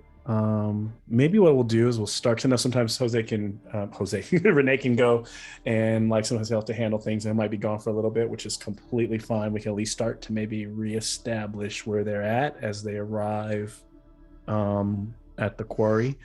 And so the way I kind of see it, it's very dark over here, right? There's no light. Off in the distance, maybe a half a mile or maybe a little over a mile, you can see the little trailer park. There's a few lights on. You can hear some dogs and barking in the distance, some coyotes. You can hear the the bugs and the crickets kind of humming in the night. And then there's just that hum and just the front lights and the red tail lights of your hover bikes as they kind of come over the ridge. And you all basically down in the quarry, you can tell that you can walk down there, but it's rocky. So you kind of got to go down and several angles, several ways, almost like 2 stories down, maybe 40, 50 feet to get to the base where that body was, which is where you're kind of going to look over and explore. But there's really nowhere to land the bikes other than kind of up on the top of the ridge. So unless you would do otherwise, I imagine you all land them, the little kickstands down, power them down, and begin to descend down into the quarry. Am I right? Am I off a bit there? How they might approach this. Did anyone bring a flashlight? Astro zips open his backpack. Got mag lights. Not our first rodeo. Astro always has, yes. He's data. Yeah, I think we make our way down. I started walking down the quarry. And so as you make your way down, it's kind of the earthy kind of smell. You can kind of smell the water, but it doesn't smell fresh. It doesn't, it's kind of seeping up from the ground from whatever minerals or whatever they were using, kind of excavating from it. You get down to the level where your feet are kind of barely wet. If you're wearing like really low top shoes, there are some areas you can kind of watch out for. If you stay along the edge, if you're wearing boots, you're fine, but kind of got to stay along the edge not to get your shoes completely saturated with water. And you get to the point where that body is, and you see like off of a piece of rock where you see some of the police tape kind of blowing in the wind. There's a bit of a little gust from where the quarry is, where the wind kind of comes down through there, almost like it's a little little like canyon almost space. It sounds like your flashlights are out. So Jose, why don't you tell me what you're doing with them or what you all are doing down here? I think I'd probably hand one to, I'd keep one, and then I probably would have brought 3 at least. All right, give me one. And he hands it like a sword, like age before beauty. I think you probably hand one to Anna because Annika asked about flashlights, so does she get one as well? Okay. Anna would get one too. So anyone with a flashlight can give me a investigate check as you start kind of swinging that flashlight around. What's the moonlight situation like the there's an ambient like moon above, like kind of very like it's a bit cloudy also tonight. So when the moon I'd say like every 10 or 15 minutes, it kind of opens up and kind of casts more light and some shadows, and then it kind of gets a bit darker again. But you know, you almost feel like you're in the basin of like a little mini lake, you know, but the water doesn't look clean necessarily. And you're standing right over like where this body was found. You can almost still see the imprint in the mud where they, removed it. Annika did not succeed with the me neither. And she doesn't want to push it because she doesn't really want to be here. She's like, yep. Which makes sense. Just moving the thing around. I'll say shit. You didn't get anything? Okay. Jose got one success. So Jose is kind of looking, and there's nothing really over where the body is. And then he kind of, you kind of like cash a flashlight out towards the distance, maybe 30 feet away. And where the rocky edge is, your flashlight goes up to where where it looks like it just was a shadow on the wall, but you get a glint, like a reflection back in that shadow. And you do it again, and it looks like if you were to kind of march off into the water 30 feet against the wall, like not too far away from where the body was. Police clearly, like, kind of like Tony said, like, police are, not really smart here. There's a small, and when I say small, meaning like there's a cave that, like, if you go over there with you on your boots, you'd probably have to get down on your knees and look inside and see what's reflecting back at you. There's like a little crawl space, and something is casting a reflection back at you there. Y'all see that? And he has it up, and no. Oh shit! All right, and he starts walking toward it. So you go over there. Malcolm, is that where? Do we have an idea where the body was? Do we know? Yeah. So I don't have like a map or anything for this. So in our mind's eye, what we're trying to see is a quarry, and kind of you've come down you've come down into the basin area of it. There's water. They're on the coast. So like imagine like where the you can't. I don't really know I know you wouldn't call it a shore, but where the muddy parts of the water is going into the water, that's where the body was, because you can still see the imprint. Okay. And then the shore. And so along that ridge of rocky, like around one of the rocks, not too far away, like 30 feet, Jose spots like a little like hole in the ground, and it wouldn't stand out. It's just like a little where the water's kind of drifting into it, but something's in there that's reflecting back. It could be like a watch, it could be something metal, metallic or glass. Metal. But yeah, kind of like in Resident Evil when there's something just kind of sparkles when you're like, oh, I should go pick that up. Good comparison. He tells Tony, he's like, hey, Tony, hold this for me. I'm gonna go get it. Okay, so he be careful. And so you're forced to kind of like wad a bit over there, gonna go around the rock, and you bend down and you look in there. And what you find is it's a little box, ornate, kind of burgundy, metal box with a little locket on it. That's what was kind of like shining back at you, but not a heavy duty one, not something that looks like it could easily be smashed. The box isn't even that heavy, but it's like kind of like it, and it looked like it was supposed to be maybe hidden a bit more under the dirt. It's not in the water, it's kind of like on the side, but you find it, and I don't know, do you bring it back? What do you do? If it doesn't, he'll bring it out of the little cave area, and then open it. Okay. And so I want to make you make a force check because you're trying to force to smash that little like cheap locket that is on it. Almost seems like it wasn't really meant to be found. It's maybe it's maybe a foot by a foot, right? And maybe 6 inches deep. You put it on the soil, and you smash the locket and you flip it open. And inside is a little red velvet wrapped pouch. And just looking at it, on touch and feel, it feels like cards, like, or maybe something like something stacked in there, like cards or something like that. What do you do? Unwrap it.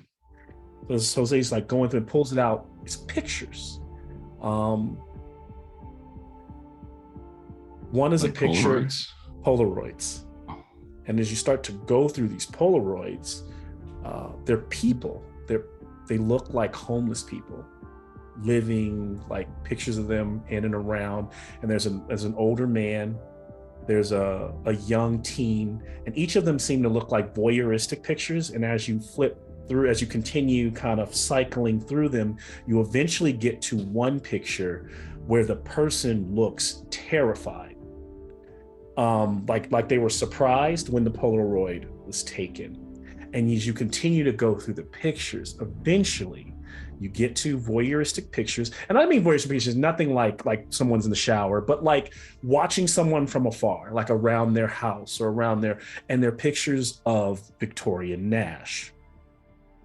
And the final one looks like she's shocked and at her front door, and then like it was flashed right there. Victoria Nash? Yes. Mm-hmm. And now, do I recognize any of the other photos, since I was doing research in the library earlier?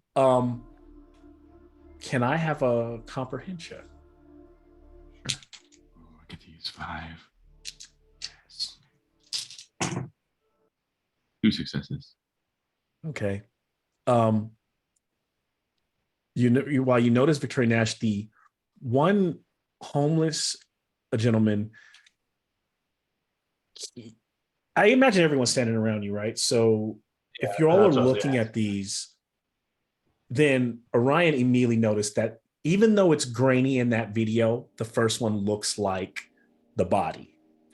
And maybe even Castro, as you were searching, came across like a missing homeless man, and that looks like that guy, that John Doe, that they hadn't seen. And so this is definitely connected, right?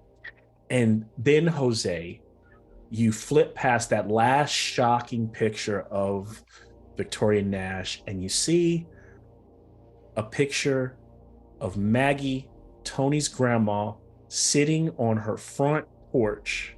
A picture like someone took it from across the street.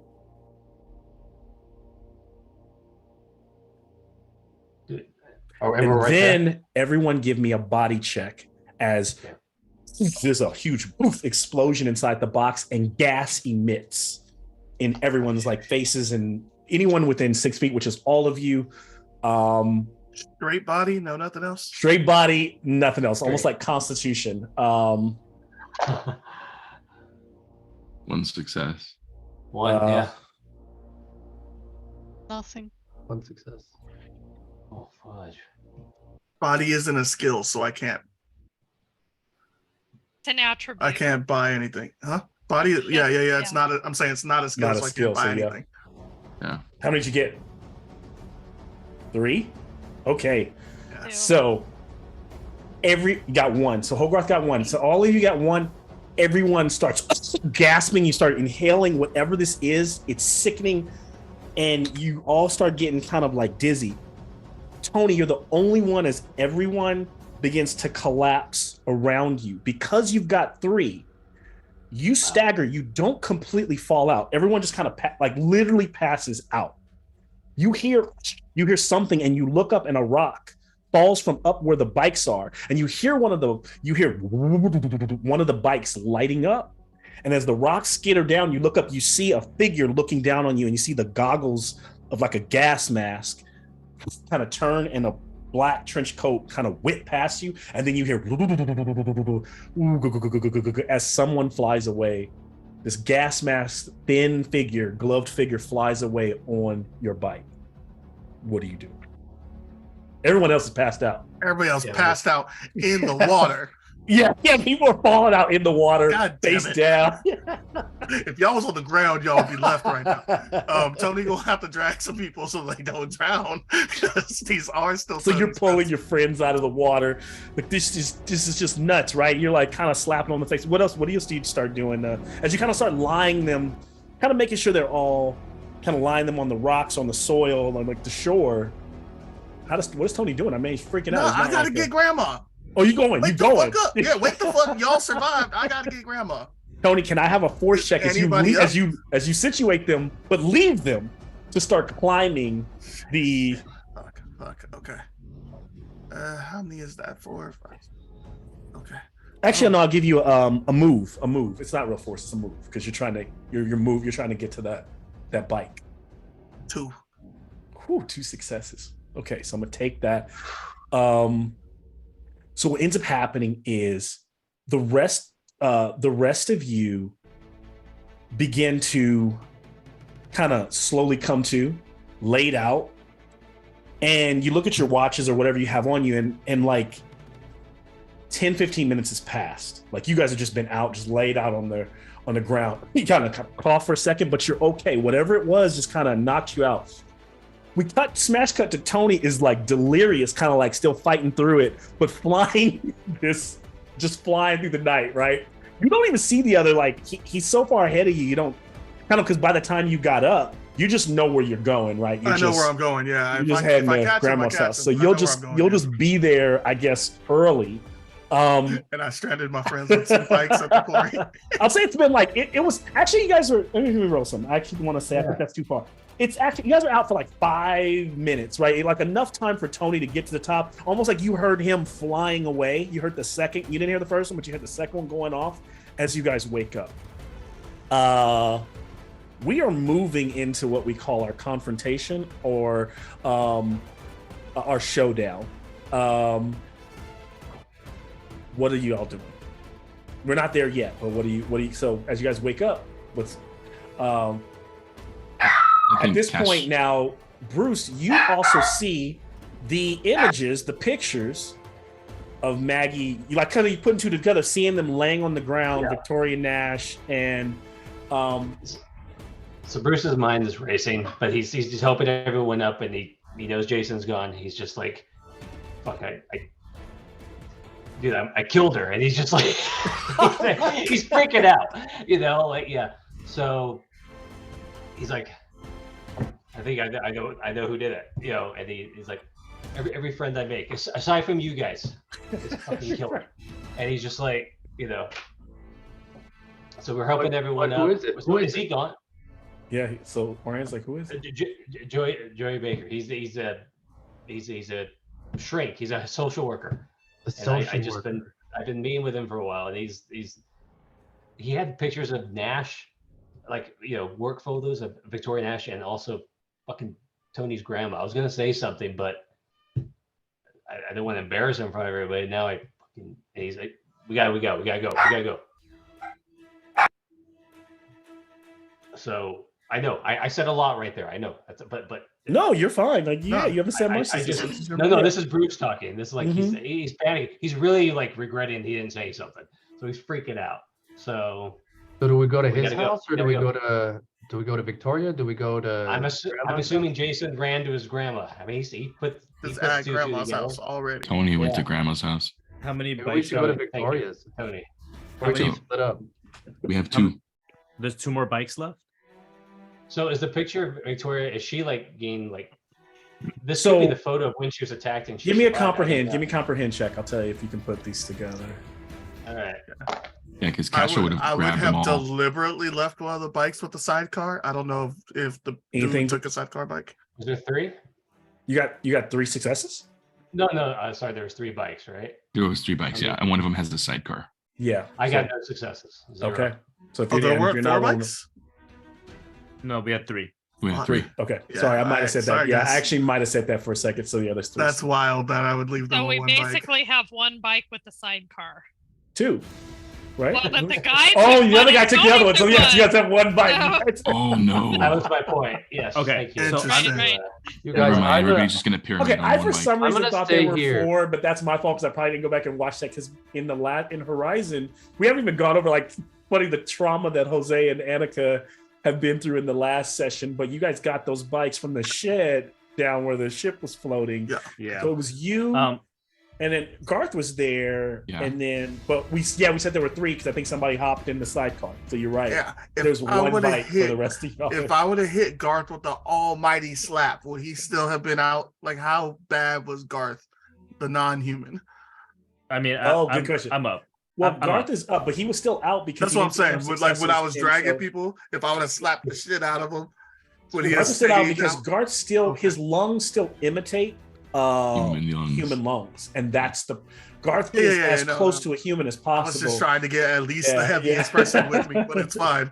We'll figure it out. No, I figured Not that we can get high. That's I why figured Garth if can do Tony- drugs if he can get high. Right, that was he's my a fish point. eater. I thought he was faking it.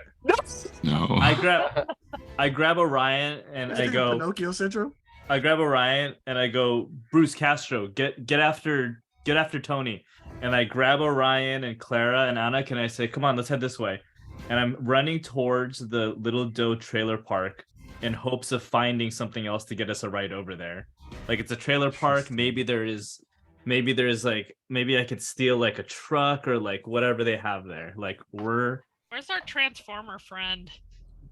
MJ is. Where's MJ MJ? is- Is he around? He hasn't seen Garth MJ in a long transforms. time.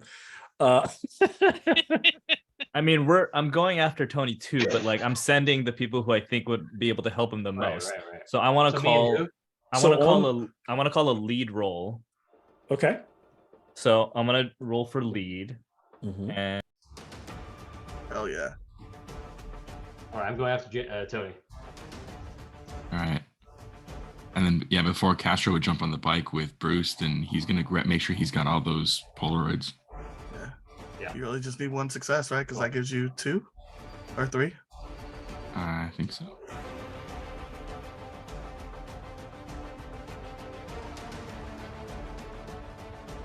so I got 2 successes. Nice. So that gives me 4 dice total to use as Okay. like a support or like to help, as long as they follow what I'm asking them to do. Yep. So I. Can anyone, like, I have lead also, can I roll that too now, or is that just like, how does that Yeah. work? We have to have one at a time. There's only one pool of dice that we can use Oh, for one. that. Cool. But so then I grab Orion and Clara and Annika and I say like, hey, come on, let's head this way. And I tell Bruce and Jose to get after Tony. We're on it. And I yell at them and it's like, do whatever you need to do to help them. And then whatever that is, that's what I'll Okay, use so to help. who's going? So who's on the bike in the sidecar? It's because I Me imagine and, more people can hop on it. It's just Chester, going to right? slow it down a bit. So it's Bruce. You said Bruce and Tony. I mean, no, Tony's gone. It's Bruce and who else? Orion. Jason's gone. Bruce and Jose. Jose. Bruce and Jose. Okay, so Yeah. Bruce and Jose hop on the bike, and then Hogarth is going to find some transportation near or around.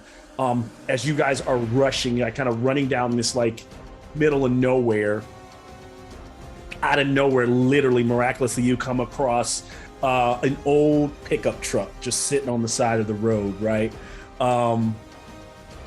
Is it a stick? Because I It's a only stick. have one hand. Oh no, it's not then. Stick is cool. It's okay. It's not a stick. If you, It's, I can it's okay if it's Yes, a stick. Claire It's can- okay can if it's a shift it. stick. It's okay if it's a stick. I feel like it would go with the theme. It's a stick. It goes to the theme. So then you arrive. If you want to steal it, you can give me a tinker. But get his that thing problem isn't up and shifting running. and steering because it's his left arm, right? Left arm. So then I will have if it's my left arm, I have to use my right hand to. So I'm driving. Okay. Well, you gotta steal it first. So I need a tinker for you to get it up and going. I'm not. I know that I can't get I into this feel car. like I look at Claire do it? Annika Can Annika? would, I look at Annika. would hotwire Yeah. the car. Yes, I look at Annika. There and we go. remember, you guys still With that have... little Game Boy, she's got that. You know, like yeah. Yeah. And I give Annika a dice. I give you an extra dice for your tinkerer because I trust All right. that you'll be able to handle this. Yep. There you I love that. Just plug the Game Boy in under the wheel. She. You sure you don't want me to drive, Garth? If we can get in this car, you can drive. Yeah, Annika's Game Boy is Okay, badass. she failed, but she's going to push it because yeah, she we might get some scars tonight. People take pressure. Yeah. She just wanted to play a game. Can I help her out at all? You can help her on the second one. I'll give her an extra die with Clara helping her. Okay. Cool. No, I think she's just feeling too much pressure in this situation. She's supposed to be good at this. Can we try to jump start it? Remember for your another thing, Annika. Remember for if you're using your iconic item, you also have +2. So are you rolling that as well? Yes, usually you have +2 because you have your iconic item. Yeah. Thank you. Plus all your skills and plus your attributes. Still no. Can we try jump starting it? The dice gods. Can we try it? Enough of this, and I take my nub arm and I jam it and use my scar to just crack open wait, is it locked or does it need to be hot wired? No, you already, like, I imagine, see, it's easy to smash a window and jump inside. It's hot wiring. It's getting it. Can we jump start it? So Anna, this is one of the few where like one person's fail. Usually like, here's what happens. So Annika's like figuring out, like trying to get this thing, and it's not working. Let me give myself a roll here. Okay, so to keep things moving, Hogarth, you are going to get a chance to try again. So this time you can give me, since the tinker, if I see this in my mind, I think you would have actually done a tinker, and so we're going to keep it that okay, let me ask you this, Annika. If you would have done this, would it have been a higher roll if you would have done a program check? Is your program higher? It would have been one more. Go ahead and roll one more. Okay. Nope. Okay. So now, because your program didn't work, now Garth, you're gonna give me a tinker. You're gonna give me the tinker now. Okay. I mean, okay. I think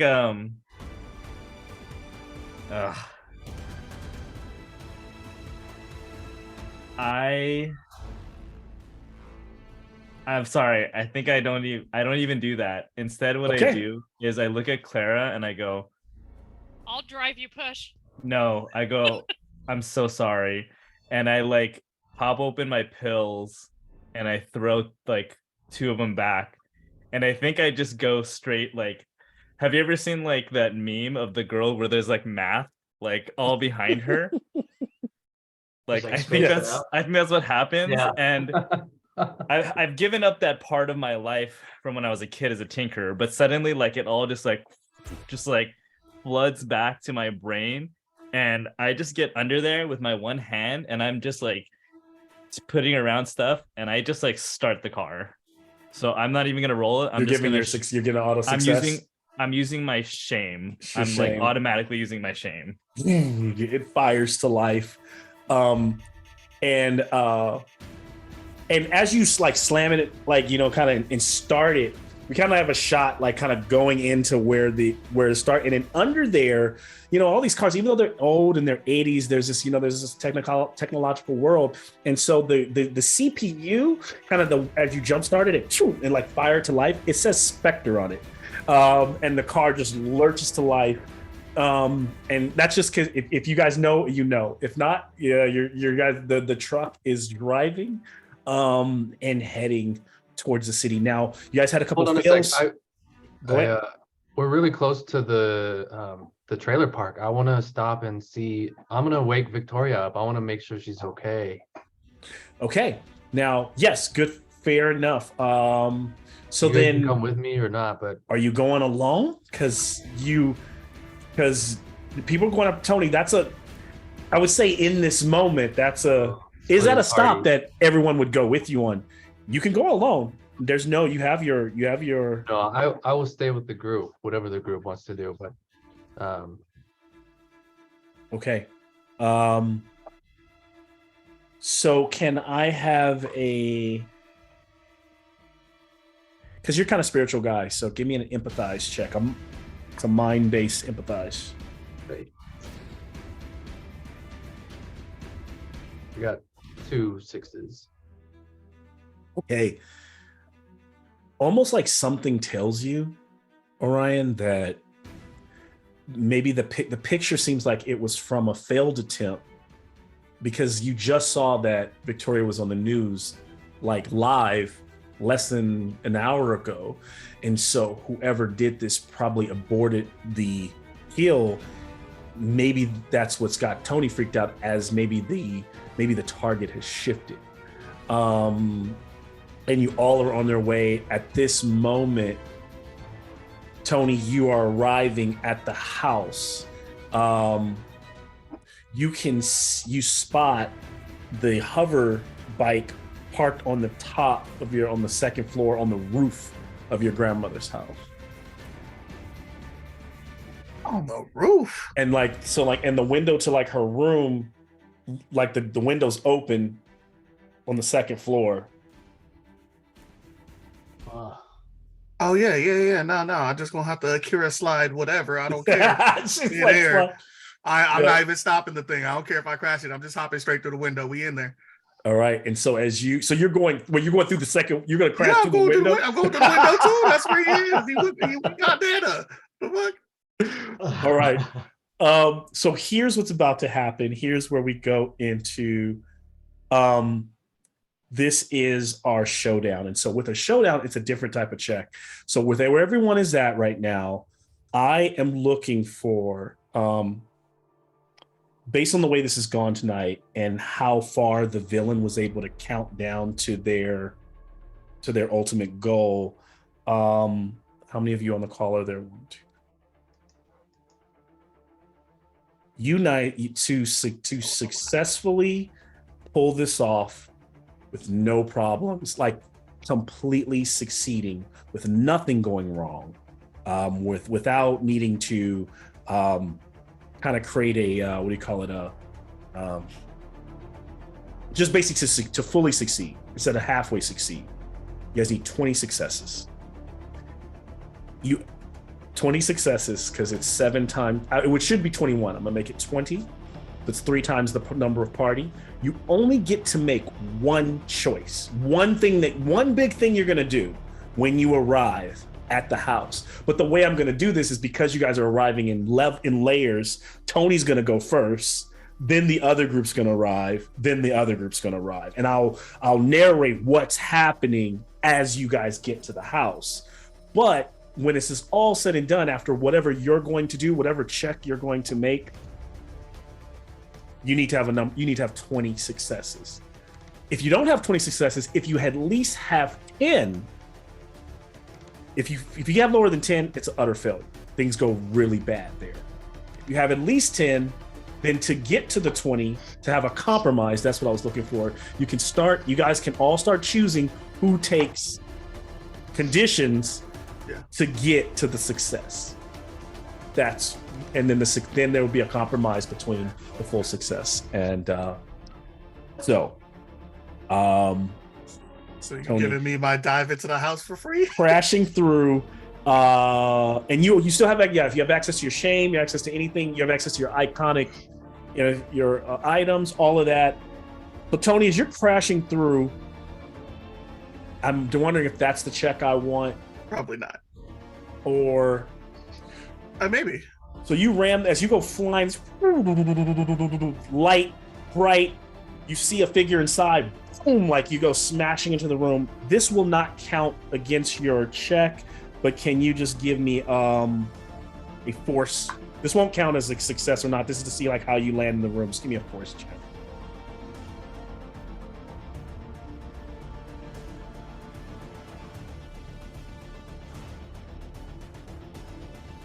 No need to push it. Okay. And so you crash, you fly off the bike, and you kind of like tuck and roll being athletic, and you end up slamming against like your grandmother's bed.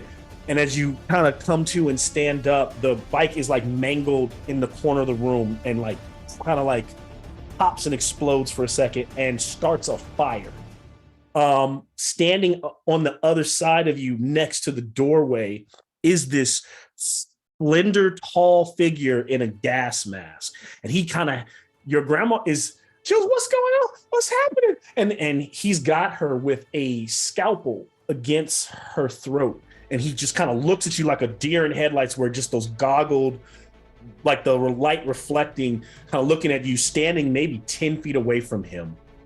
What do you do?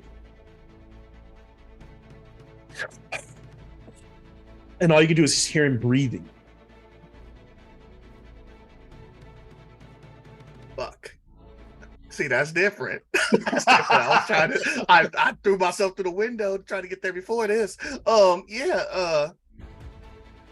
Would I feel like Tony probably would have dropped his bat at some point during all this? He probably does not have his bat with him still. I'm gonna go ahead and say that he grabs Nana's cane, but he's not making crazy moves right now. Okay. If he makes a move, like, he got the scalpel to grandma's neck, and there's no like intimidation. And so as you grab the cane and you lift it up and kind of pace, the guy kind of moves sideways like towards the door, and then a spark, and there's a fire, you kind of feel the heat, a spark off of the bike causes him to flinch, and he staggers as like a kind of an ember hits him in the face, and his arm goes out, and the scalpel flies and like slides across the floor. And he pushes away to like go for it. Oh yeah, screw the cane. It's football time. We get a tackle. We get that spear. Goldberg spear. All right. So then you'd be taking a force check. Still force. Got it. Well, because force is your physical. That's your. Yeah. No. Are you going? I heard you say I'm going to tackle him. Are you tackling? Or are you going? If you're going for the scalpel, I'll take a move. If you're going for a tackle. If I get the scalpel, I'm still in a room with a grown man with a tiny knife.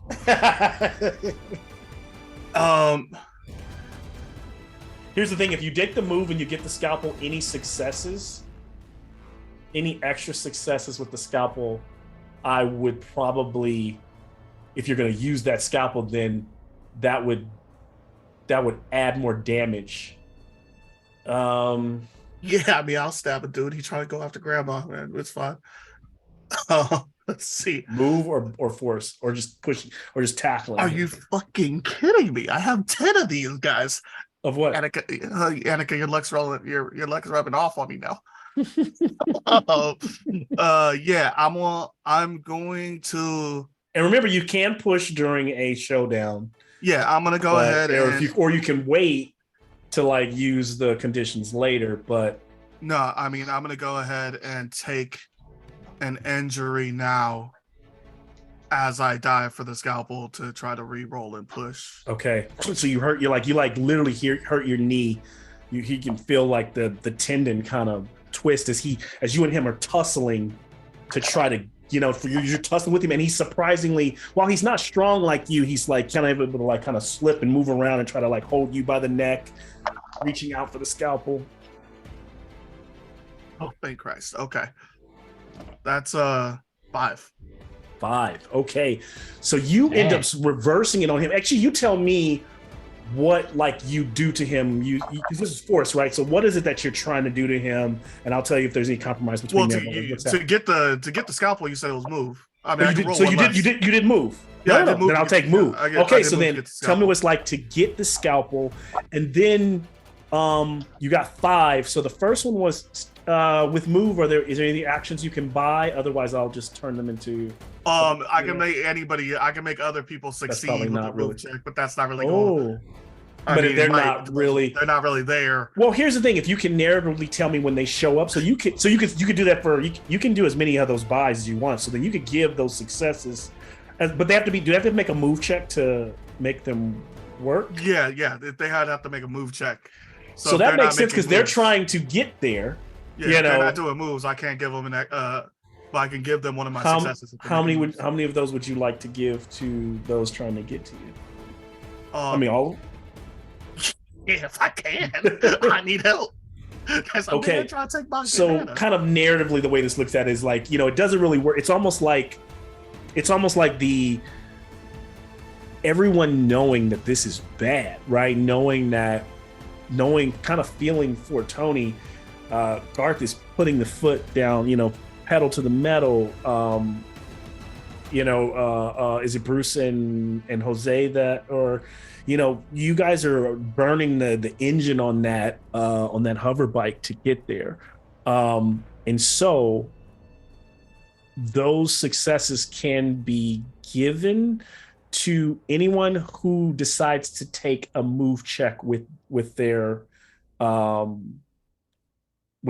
action. If so, then those are automatically 5 successes. But then you're also not rolling. You're basically you can divvy out as many of those 4 as you, but you could, so then as long that would minus as many dice that they have on the move, and any extra dice if you're going to take a move you could still roll those, is the way I would look at it. Yeah, because I mean this is kind of a weird scenario, right? Because you're giving them, they would be double counting my successes. That's what I'm saying. You're supposed to give them a success if they maybe need just give it. them give them an extra die on a move roll instead from what that is, if you want. I don't know if you want to give them extra points. I want to make sure they get the success. So what I'm saying is, like, let's say Jose wants to make the move. Okay. How many dice would you roll, Jose, on for your? My move, it'll be 3. It'll be 3. So you could just take 3 of his successes and not roll anything else, and just take those. Basically, because you only give out successes when that person makes a check, right? Or do they don't just get an automatic success on a check they're not trying to make, right? Because I would think, move? Yeah, it's for a move. So it's like everyone's running, right? Like an alien, everyone's running from a monster. Everyone's making that move check. What this would signify is you're giving them auto successes by helping them go. So when they fail, you're giving them those move. But ahead of time, you're just giving them successes, so they don't have to even roll for it. I mean, it does say give +1 bonus die to another kid if the rolls are related. Okay, it's a +1, so it's not a success. +1, yeah. Okay, I thought he said it's a success. That makes way more sense. Different, yeah. So then you guys have +5 dice to add to your move checks. That makes, we can continue to move on. Sorry, we got bogged down there. Okay. So Tony has, so then with his move check, you have how many successes that I need to count towards? Is it 5? That move check was a 5 success thing, right? So, like, I would have just. Okay, you know what I mean. Okay. I'm sorry. This is our first time going through this, so I'm sorry for slowing this down. But what I think this is right. You're in a showdown. You probably would just. It's probably better for you to use all the successes, not buy the successes for anyone else. Just use them all towards the showdown. Yeah, right? so yeah, exactly. Yeah, that's what I'm saying. Like, I want the 5 towards the whole. Showdown. That's all it is. And then I'll just use it to be impressive. So like, that's all it is. I I'm hurt sorry. myself, but like I do like a b-boy move. To sometimes you got to go through the mental rigmarole. Like trying to figure out. That's what it is. So you just got 5 towards the 20. All right. So Tony gets the 5. As that is happening, second folks showing up on the hover bike. As you guys arrive. You can see a fire in the upstairs window. You can see the bike on top. There's a hole in opening where you can kind of see these two standing. There's a few people kind of coming outside and looking around, but kind of looking aloof. I think that's Bruce and Jose. Right. What do you do? I look at Jose and then I immediately look up there and I yell really loud. Joey Baker. I yell his name. I'm just like. And as he's fighting and tussling, and so Tony, you have. I'll add with those successes. What also happens is you get the knife. You're kind of moving quickly, so you start like stabbing this guy, like but it's a little scalpel, like just wham, wham, wham in his back, and he pushes off from you, and now the room is on fire, and it's even starting to catch that doorway. So Grandma's like, "What's happening? What's happening?" And Twan is your brother, right? He looks at you and goes, "Twan, what's happening, Twan?" And he runs. The figure runs and stands, and when he's standing like in that opening, kind of lit by the fire. And when you call up Bruce, he can't help but like look down at you, and it's Joey Baker. And he leaps up and he's going for the roof back is kind of bleeding. You can't see that through the leather and the trench coat, but Tony knows he's kind of stabbed him a bunch of times. Tony has the scalpel, and now he's looked like he's going to escape, trying to escape, kind of going back for the bike on the roof.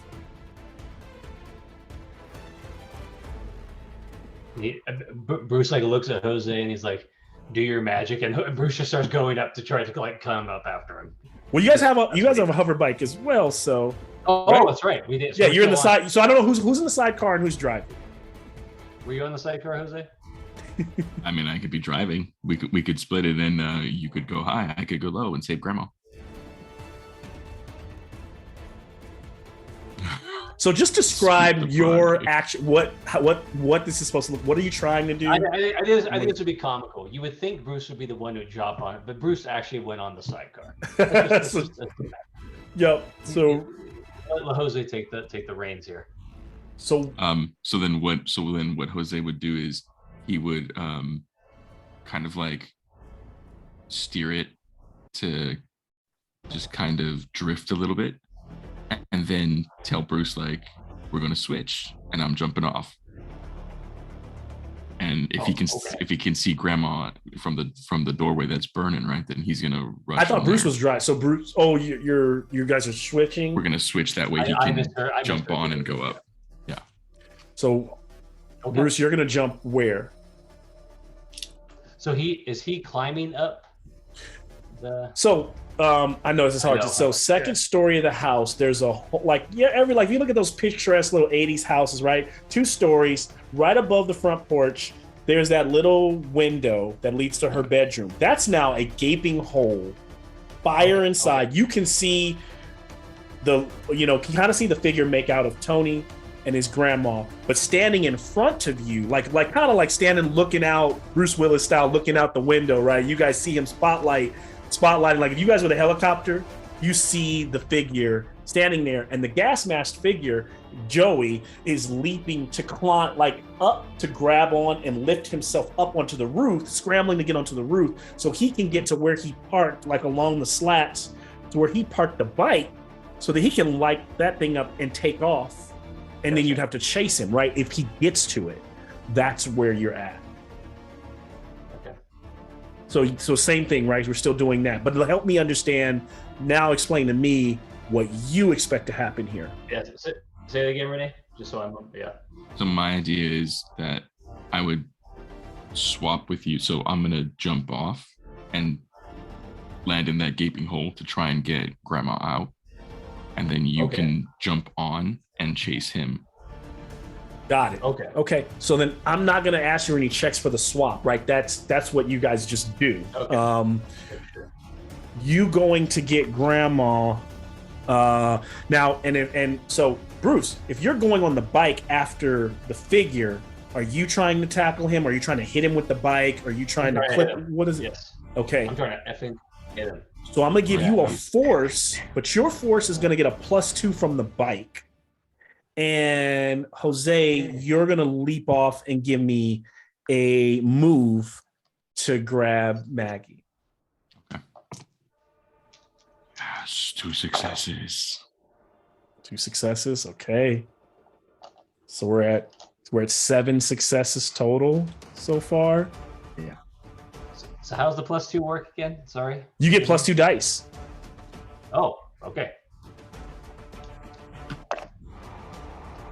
Okay, so I got 2 as well. Got 2 as well. 2 and also, successes. Okay. So 9 successes. All right, we're almost halfway there. And so as you go, and remember, you can also use your shame or, to get an auto success on any dice that you failed to add a success, right? So those ways you can, but you got to really kind of sell me how you're using it if you decide to do that. So you go rushing in you clip this guy, like he kind of like clambers forward, and you don't hit him like you would have like hit him like the front of this hover bike. I imagine they look like motorcycles, but they don't have wheels. So there's kind of like a articulated angled front that would jam him in the head. And instead he kind of like dives forward, clambers on the roof and slides sideways, but you nick him, like you hit him across the back, right where he's been stabbed too. So it hurts him, and he kind of like falls out, and he doesn't get quite to the bike like he would have been. But now he's kind of like starting to stand up. The bike is still there, and you're hovering there. Inside, Jose, you're able to grab. Tell me how you're able to, grab Maggie and what you do to get her out. So if he lands, see if there's any way we can go through the doorway. And if he needed to, he'd take off his t-shirt, cover grandma, and then rush her through. So you go rushing through that fire, and you are able to like hold her, and you take the brunt of it as you go kind of going through the flames. If you push through, you make it into the hallway. The fire hasn't really caught there, as you and her are now in that hallway, kind of working your way down the stairs. Tony, you're looking at this happen. Do you follow, even though I know you've made your roll? Are you like assisting here, or what are you doing? Or are you going for old dude? Like, would you be? Where is old dude? Like on the roof now. They're gone. I can't see anything with them. So you can hear them. You can hear the boom, and you can hear him you can hear the scrambling on the roof. You know he's you kind of like you didn't miss a beat seeing him leap up. So it's not like exactly where he's at. He's not like.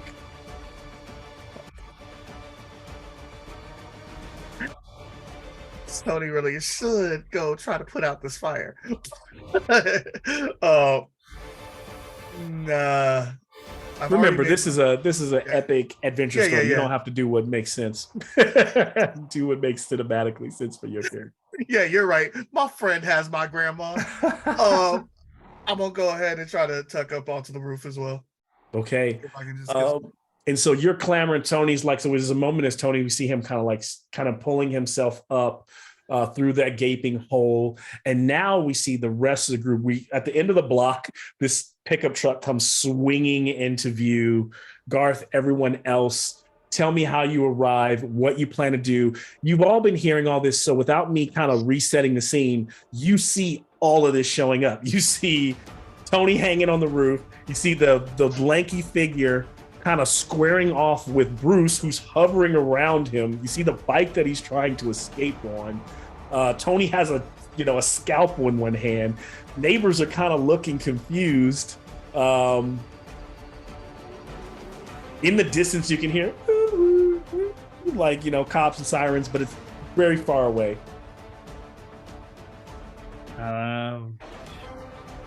Shoot.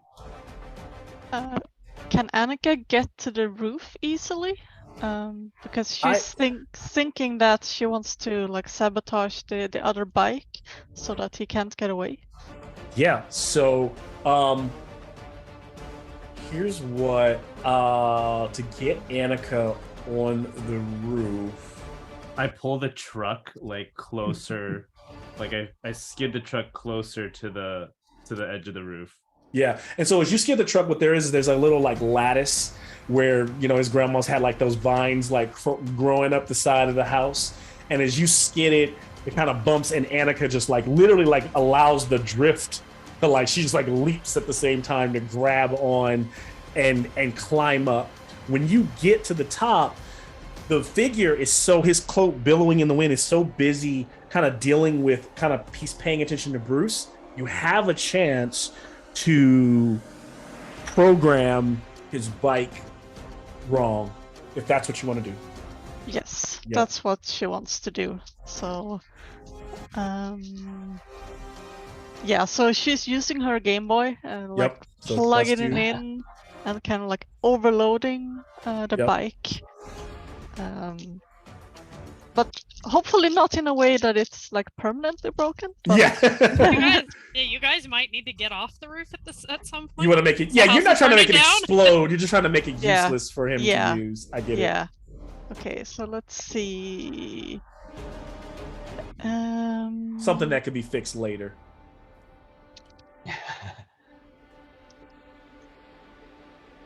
Okay.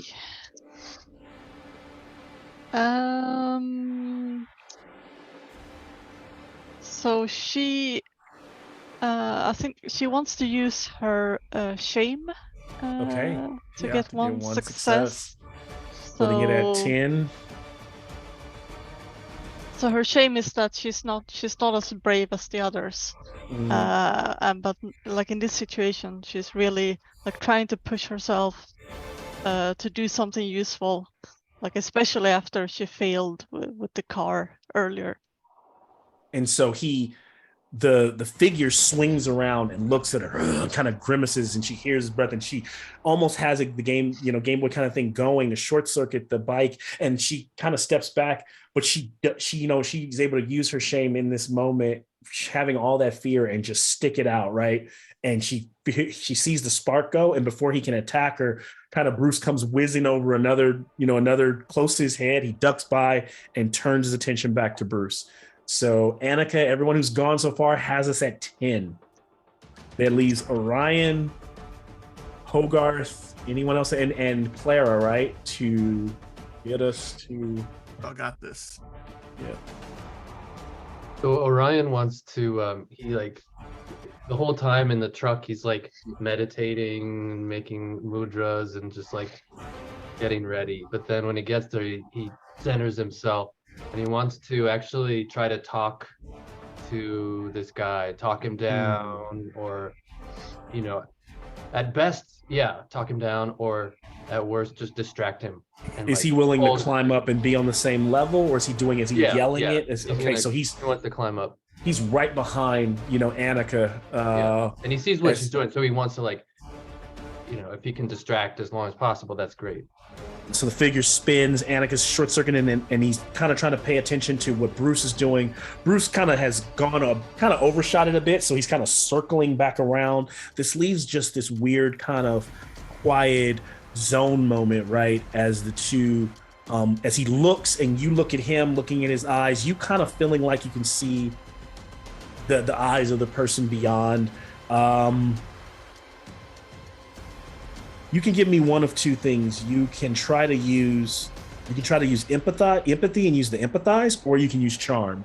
It's up to you. Yeah. I'm gonna use empathize based on my skill set. Yeah.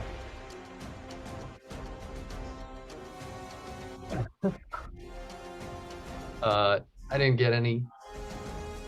So I can push it, right? You can push it. You can also use, and then after you're pushing it, you got to take a condition, and then to push it, and then after that, even if you get a success, you can still use a shame to add another success if you'd like, right? Yeah. So I'm gonna push it. Try again. And I'd probably tell Orion, like, before he got out of the little scene before he gets up there, it's just like keep him distracted is probably what I would tell him, which would give him one of the dice. Okay, cool. Okay, so you're using the lead to give him an extra die. Yeah, I still have two more. Right? I still have two more in my pool. Okay, cool. Mm-hmm. All right.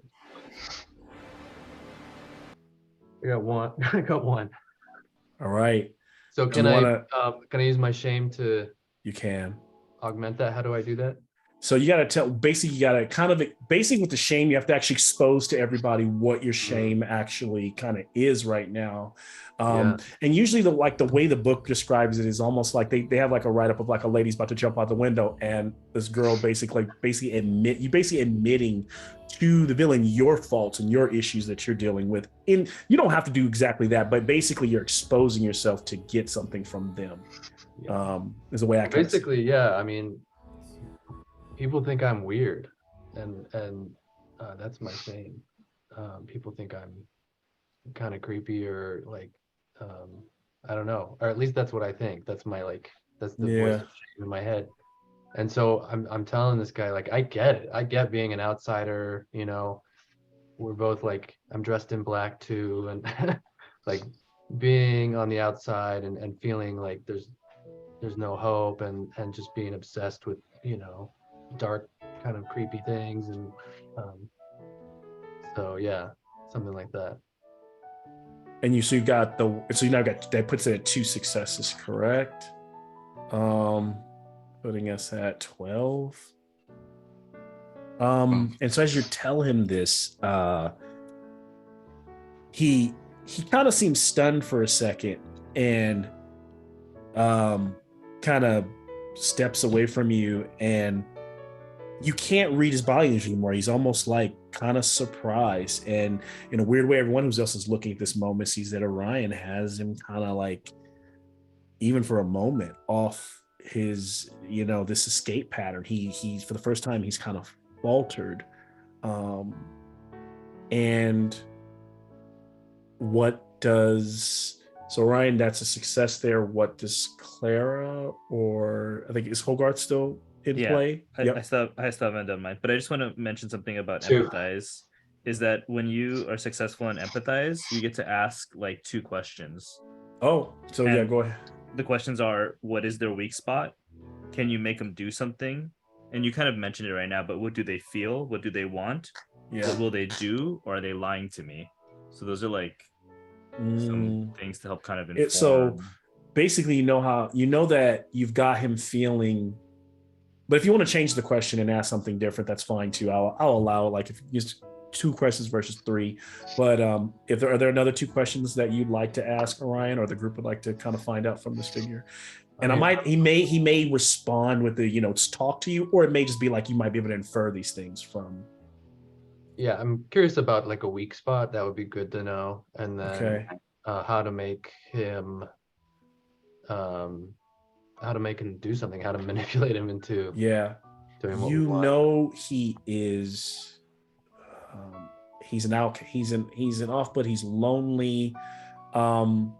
He is, I'll say his weak spot is that he is completely exposed right now and not paying attention. And if someone was to, like, he's standing on the edge of the roof of the house, so he could easily be, pushed over, hurt, if you're going to expose him from a physical standpoint. Mentally, he's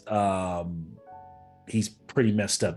Can't really go any further, but in this moment. But you've made the connection, I think, Orion, that he's kind of like you in that he's channeled these thoughts in a completely different direction, and that makes him completely unlike you, right? So yeah, just you kind of feel like you're yin and yang, you're polar opposites in this moment. But I'll say he's exposed in that if anyone takes, like, here's what I'll say you get like a +2 if you go for force, and you get a +2 either whether you go for force or whether you go for more this kind of empathetic approach. That's what I'll share with the rest, that you're able to decipher and allow your group to see whatever, or charm, based on it. Do you want to go the route of trying to charm him down and get him to, like, go willingly, or do you like, man, fuck this guy, like, we gotta, like, take him out? That's up to you. I'm gonna probably act after Clara. Yeah. Like, okay. I want it, whatever Clara's doing, I want to give my last 2 dice to her. Okay. Okay, so is Clara driving? Because I wasn't quite clear what the car situation is, or is it self-driving? I thought you were shifting, and I thought Hogarth was driving. Yeah. So I would drive the car, and you'd be shifting. Okay. Okay, so now I've got to think about what I want to do. Okay, so I think, because I was thinking Clara was driving and he was shifting with his arm. So that's fine. I'm okay with that. We can do that. I'm okay with that. Fine. So I'm shifting with my arm. So when we drive up to this house, what do I immediately see as we're pulling up? Yeah, so Annika's on the roof, Orion's on the roof, standing in front of this slender, tall black figure in a gas mask and black gloves, who seems disarmed and seems kind of out of it, standing on the edge of the second story, but on the roof. Inside, there's a hole where Tony has crashed the bike through. Out of the front door, you see Jose, Tony, and Grandma Maggie running out onto the front porch, smoke billowing out. Like I said, everyone else is kind of on the roof, and then that's where we're at. So Clara's state of mind at this point is she has just seen her brother pop pills and is upset. Okay. So she is already sort of on the edge as she's pulling up to this house. She sees this guy right on the edge, and her first thought is to ram the side of that house with that truck to get him to fall off that roof. Okay. I will take a force check with the truck with a +3. But here's the thing. Any success, so let's say you get 3 6s. Those will all count towards the success. Mm-hmm. But anything past anything past 2, Clara will take a condition from literally ramming the truck into the house. Okay. And you also have my +2 for the dice. Okay, and so I was gonna say, Garth, you see that this is what she plans to do. Are you doing anything to interfere? I'm shifting it into 5th. And whatever happens, because of the way we did this before, whatever happens, the car that Annika and those folks had to be able to jump off. So wherever she smashed, they like leapt off onto the lattice fence, right? Yeah. So then I would imagine that you'd just pull a bitch and just like slide it around, and I'm just putting it in neutral. And as soon as you hit the clutch, I just shift it. Okay. But you got to shake the frame of this house, right? Like you still got to hit it hard enough to, yeah. So I got 4 6s. So I don't know what that means from you take 4. All of you said what you. But you also take 2 conditions. Okay. Yeah. She's already upset. Right, I'm taking 2. I voluntarily took an upset condition when I saw him pop the pills. Oh, gee. So I'm gonna take 2 others. I'm going to say I'm injured because I just crashed a car. And I'm gonna 16. Say I'm scared because I. Are we at 16? Is that what it is? That puts us at 16. Yes, that does put us at 16. Okay. All right, Garth. Need 4 more, bruh. Let's go. Oh man, do I take any conditions for getting, or like do I have to fail something to take a condition? Do you want to voluntarily take some conditions? Like no, I just think narratively, there's no. It's hard for me to see my sister getting injured. My sister getting injured if I don't get injured. That's true. You're not a real because I always think, because you're the driver. I'm not a real boy. I know you want to. I know you want to get injured, so I'm gonna make you take. He does, yeah. Give me a body check. Just is this not the roll that I'm checking? Just like a free body check? It's a regular body. Okay. Yeah, free. This is not counting. Yeah, this is not counting against you all. That's fine. I got 1 success. You got 1 success. Okay, so you'll take 1 condition. No. Okay. I thought it was gonna be enough. All right. Well, basically you were rolling body to try to diminish the amount that I was giving her, which was 2. So you got 1. Okay. So then I take the injured one, obviously. Like I think what happens is I still took 2, right? Yes, you still took 2. Yeah, this is the group that likes taking conditions. They're like, I want to be scarred. Like, how do we get to scarred? Break me, DM. Now that we figure out how to fix them. It's weird in a game with a DM you to be like, I'm gonna give you advantage on that well, I mean, it makes sense you if really you're like crashing a car. If you're ramming a car into a house, it makes sense. Something would happen. Okay, so fine. Even if you're playing off the whole like me being a robot thing, and I like whatever, I don't really get hurt. I feel that's like why I gave you the body, because you can absorb some of it, right? Okay, like, but it's that. But I also think I feel injured because I feel like my heart's broken a little bit because of what I had to do. So like displaying my shame is like how I feel injured. Like I know I let her down, but in this moment, like we have to save her friend. Yeah. So that's how I feel injured. I feel like heartbroken. So I guess what I think I'm gonna do is like we just the picture is like we're gonna slam into this like building, right? Mm-hmm. Okay. So then I think what I would do then is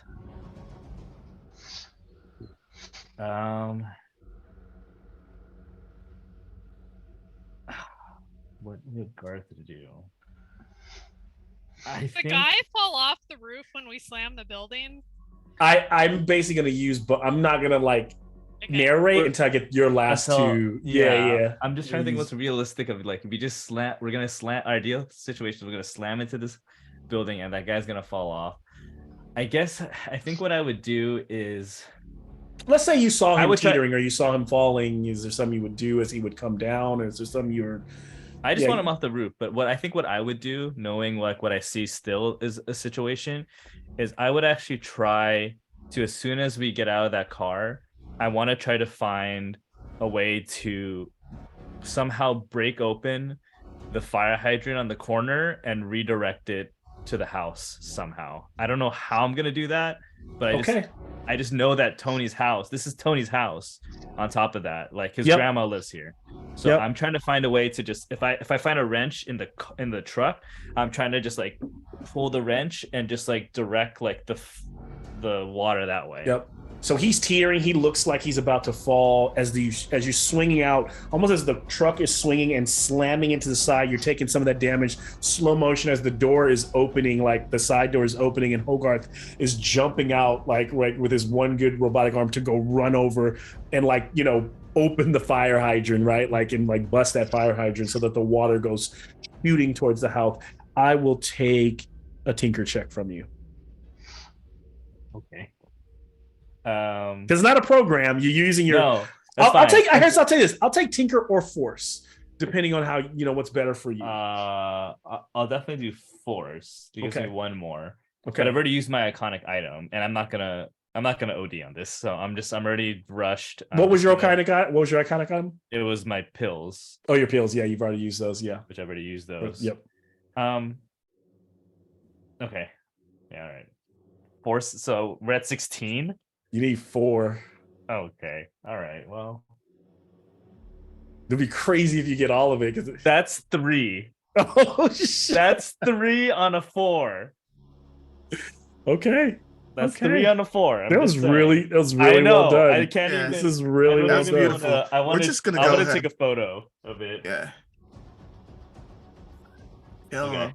So Tony. Yeah, we gonna go ahead and just go auto upset for the whole situation. Now that I came down and was like, damn, I put a hole in grandma's house and was like, I don't know how to explain this to grandma. And then I watched the Brooks siblings drive into my grandma's house. But we're trying to help you. We're trying to save your house. I'm taking an upset condition right now because there's a lot to process. And we saw you guys come out of the house before. We're standing safely with grandma in the front yard, and y'all ran into the house. Tony's got some upset. The house is taking damage. The water goes so. Tony, as you run out the house, so the water goes kind of pushing into the angling somehow slightly at an angle towards the upstairs in the middle. So it's taking water damage, but it's also helping put out the smoke. You all were able to like move out of the way so you don't get hit, of course, by the water. But as Joey falls, the water hits his back and like flips him on like almost like looks like he lands in the most awkward like back like kind of broken position and kind of lays out on the lawn. As you take that extra condition to succeed, laying out with the gas mask slightly up over his face, Tony, like what do you do to him? Police way in the distance. Who's in, yeah? The police way in the you can hear those. No. The sirens are getting closer. They're getting closer, but they're not way in the distance anymore. But they're still a few minutes out. You know what? My people are here. I trust my family. Tony's just gonna go ahead and because Grandma still thinks I'm Antoine. Tony's gonna go ahead and take care of grandma. This is a whole different. Tony's not messing with that dude no more. I've stabbed him like 7 times. I don't need. Tony's getting rid of the scalpel, cleaning it. Can I do something? Oh, okay. I give Bruce the scalpel. Bruce looks at them, and there's anger, there's fear, there's guilt in his face. He takes it. Bruce drives down hovers down to our friend here. He's kind of like moving, and he pulls the mask off. You see Joey, and you notice that one of his gloves, Bruce, is torn, and where the pinkies are, there's a 6th finger. Doesn't make any sense right now, but he does have a 6th finger on his left hand. Oh shit. And I never noticed that before? And so as you notice that because you've never taken the gloves off around you, he's always claimed this from the burn. Right. And you notice also that, Tony doesn't hit him. Tony backs up. Tony goes to take care of Maggie. And as they're comforted there on the front porch, and he's like kind of wrapping her in maybe a blanket that's there. You guys have like made a compromise here. This is usually a moment where it feels like a full success. You guys got so close, but there's that one success is a compromise that from right now, it looks like everything's fine. Whatever that compromise is, we'll decide later, but he's out, Joey's laid out. This is where we'll kind of like, before we close out this scene and move into anything else, what are you all kind of doing in this kind of final moment of the showdown as he's been laid out and no one is approaching you all. Everyone is kind of like stayed off in the distance around this little neighborhood. Yo, is Ann dead? Is she out here with us? What's going on with Ann? Who? Ann? Annika? There's a nurse that lives here. Oh, Ann lives there? Yeah. You think Tony would just leave his dementia? Ann comes like coming out the smoke, like frazzled and distraught. Because Ann stays in the extra bedroom downstairs. Yeah, she probably got ran into by Clara. Just walking out the rubble. She comes out coming out the front door. Like, her hair's all messed up. There's like bits of, piece of the wall that Clara tore down. Smelling like barbecue. Yeah, and her rollers falling out. Her face all black as soot. She's looking around like, what? Amazing. At least she survived. Yeah, and then think of this as kind of more so how you guys might want to help wrap up this scene in terms of seeing Tony, knowing that his grandmother's well, knowing that you helped do this. And then also, how do you guys do you wait for the police show? How do you guys make your escape as well, right? Like, this is a chance for the group to tell me, like, or how they, Okay, is Joey out or is he awake? He's semi-conscious. So you can ask him questions, you could take him with you, can leave him there and just let them come arrest him. I'm kind of leaving it to you all to end the scene, or tell me how you expect to end this scene. So I kneel down, Bruce kneels down, and he just sees if he can just take it off the mask. Yeah, take it off, and it's him. Take it. Yep. And then I just kind of look at him, and I just say, "Why? What the hell is this about?"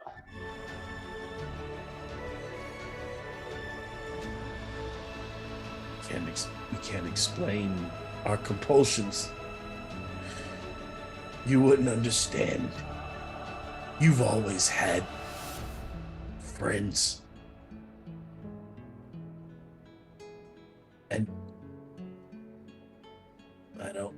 you weren't.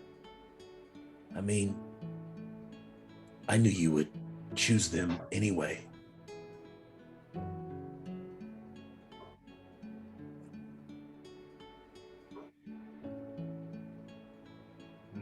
Like, Bruce is gonna say something, he looks anger for a second, like maybe even violent, and then kind of pulls back. And so, go ahead, hurt me. He kind of spitting through bloody mouth. I deserve it, but I won't apologize for what I am. What is that? What this town makes all of us. What the loop has made of us. Monster. He kind of just like passes out. And it kind of just starts to water starts to kind of drop on him as it kind of just starts to rain. Before we move on to the others, he gets his composure. And does he have anything on him, like his coat pockets or anything like that? Yeah, it's good. You find on him almost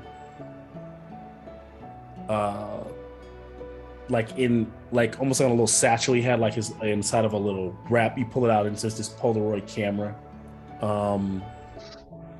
Another little pocket full of another stack of pictures. As you even just glance in there, those are more horrific.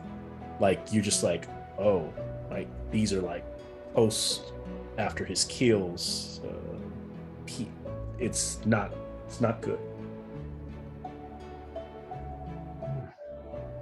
I think And what you understand so far, Bruce, you have more than anybody know that he was a social worker. He clearly was maybe I think Victoria was definitely going to be one of his next victims, and maybe because she was thwarted, turned to go after Tony's grandma. Maybe more on why he is what he is you could, continue to kind of dive into, but because you guys never really got a chance to talk to Victoria, but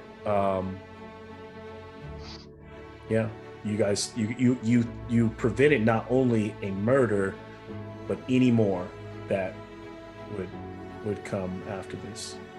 Okay.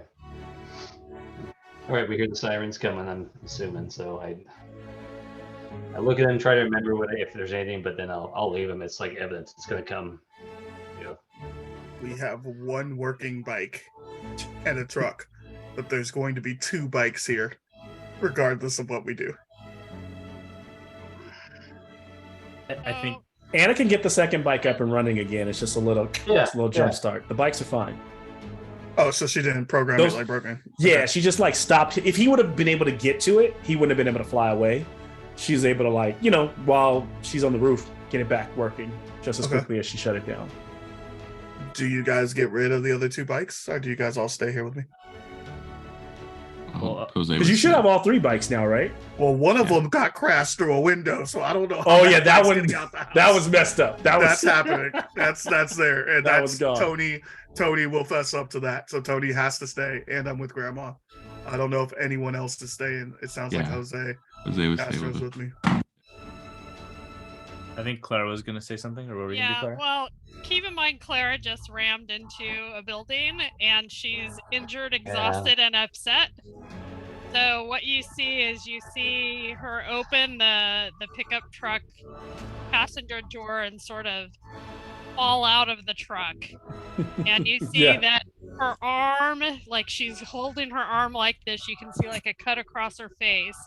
She still has tears coming down her face because she's so overwhelmed. And you see her sort of stumble a little ways away, collapse on the ground, and for the first time the group actually sees her have a full-on panic attack.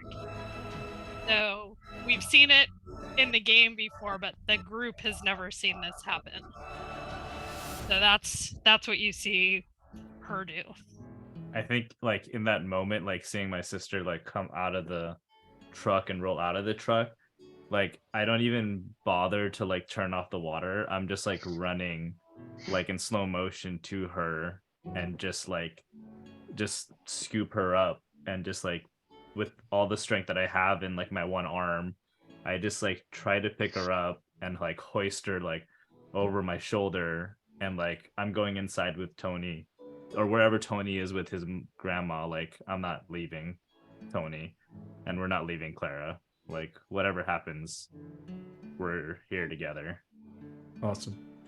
And so we see, as you guys are all kind of standing there, as all these blocky 80s style cop cars come sliding up. So to be clear, we're also leaving 3 motorbikes at the scene, or hover bikes at the scene. That's what it seems like. like. Pretty much. It's what it is. Cool. Like, just making sure. Yeah.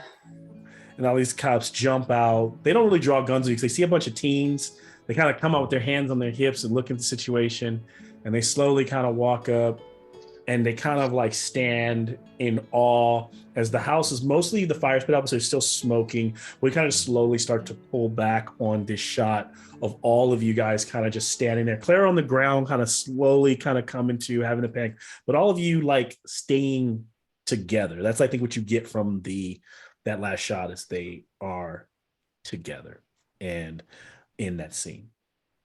So maybe a week later, cops all talk to you. It all made sense. They share with you that this Joey guy was a serial killer, was killing homeless people and slowly start working, but was also a social worker, and decided that he wanted Victoria Nash.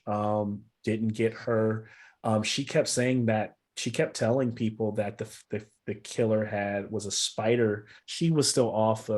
She talked to different. Ted Baker was not really real. She said that the killer had 6 fingers, and he turns out to have actually had that, but no one really ever listened to her. No one really ever went to go and talk to her. That's it. You guys have, you guys are released for wrongdoing. Your hover bikes were confiscated.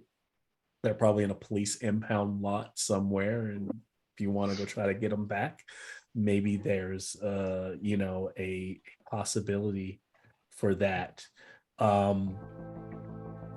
To close out tonight's session, or before we close out tonight's session, I guess let's have, I know we're going over, but it's 11 now, so I want to kind of close this out, give you guys your, it's late night, but just before we go, it can either just be a scene with you all, like a final scene, kind of an aftermath of you all together, you all surviving, like kind of maybe whatever that is, or it could be you just maybe sharing what you've done maybe in the past week since this, or how you felt in the past week since this, what you've devoted your time to. Some of you still have issues and unsolved mysteries of your own. I'll turn it over to you all just to kind of say your final piece.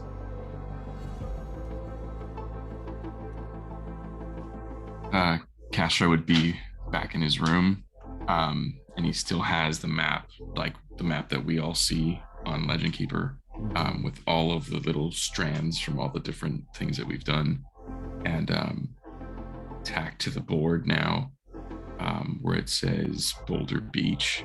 There's a big old question mark, and he's got a picture of Chase with a thumbtack in it.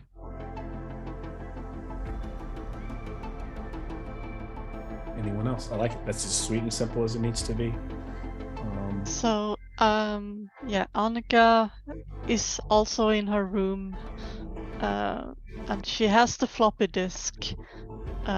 She's looking at it. She hasn't tried to play the game again, but she can't stop thinking about it.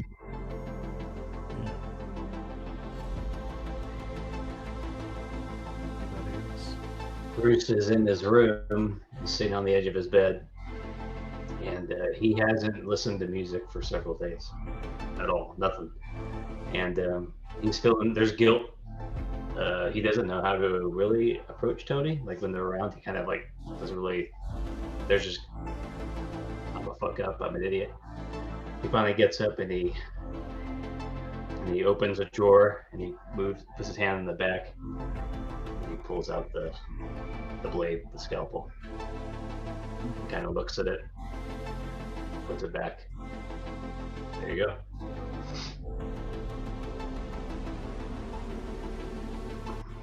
So Orion's back at the New Age bookstore in the back room. He's got his altar and he's meditating in front of it, but he's not looking at the video anymore. But he's got a Polaroid on the altar, and it's a Polaroid of the man in the gas mask. He snapped, after it all went down. He took the Polaroid camera and his fixation has sort of shifted, and he's trying to understand this character and to make sense of it all.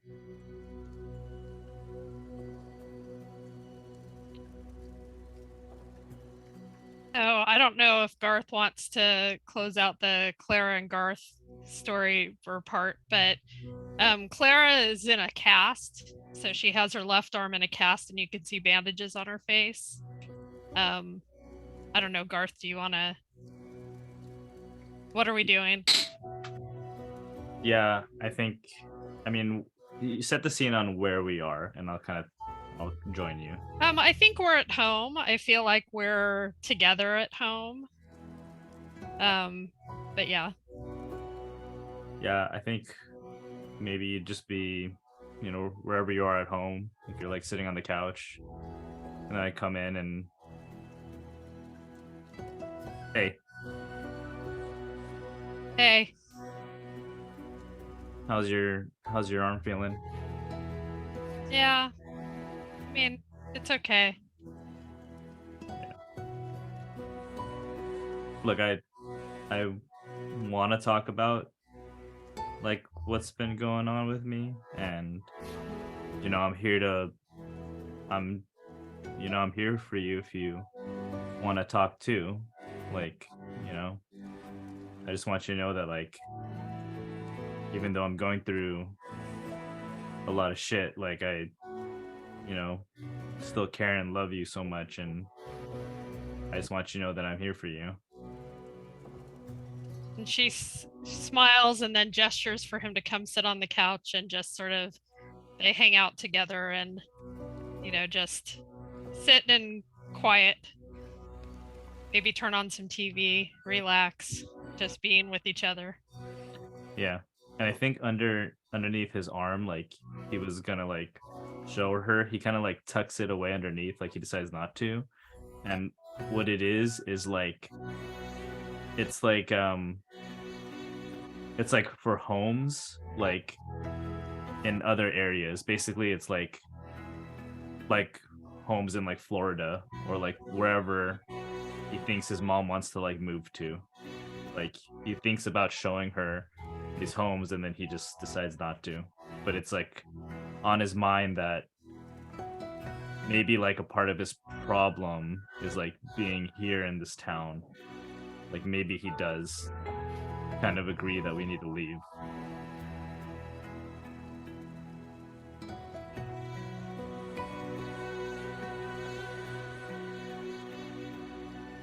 Yeah. Yeah. I would say Tony probably had given Kat a call and asked for a ride because Grandma had to probably be moved to a nursing home, considering the shock and the damage to the house. Yeah. You just see him kind of hop out the car, thank Kat for the ride with the knee brace and the single crutch. And he kind of looks off towards where he knows his team is practicing, and then just opens the door and goes inside to go see Grandma. Yeah. And kind of shy before we move over is she's kind of sitting there, and she goes, "Oh, the kitchen looks different." Like, she's in this little room.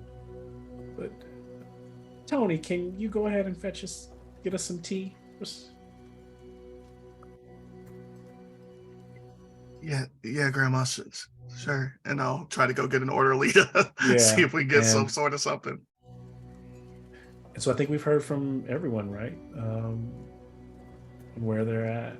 And so as we kind of leave it there, as you're going to fetch to get an orderly, Tony, one of the ladies goes, "Sir, are you Tony? Is a call came in for you?" Yeah. Oh, okay. Yeah, I'll take it. So you hand it, and it goes, "Hey, Tony, hey man, it's Brian. I just wanted to let you know everything's fine, man. I'm good.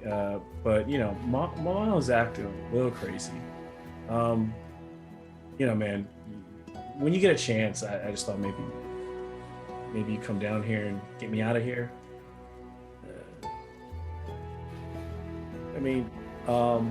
She's just kind of, she trusts you, man, and what do you think? Sorry about you. She didn't mean anything. She didn't know you sent the guys over. I had to talk to her about it. If you want to come, just whenever you can. Yeah. Go ahead and let her know I'll be by this weekend. Great, awesome, man, and I really appreciate it. And maybe once once you can talk to her, we can we can sit down and I can show you this cool new thing, man. Maybe we can play a little Machine God 3. Saturday hasn't passed yet. No, Saturday hasn't come yet. Fuck, so man. Okay. It's like midweek. Yeah, it's like a few days later. He's like, okay, I'll probably tell him I'll show up on Friday then, because I know Saturday still the group wants to go. All right, man. Yeah, I'm really excited for you to check it out. It'll blow your mind, man. It's awesome.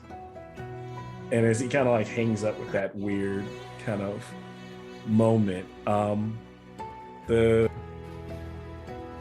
this crew is has gone through a lot, but they kind of continues to bring them closer together. What I will say is the teens continue to take on life. Time continues to move on. They are slowly growing up, and their childhood is becoming ever fleeting. They'll still go to the movies. They spend time with friends and family.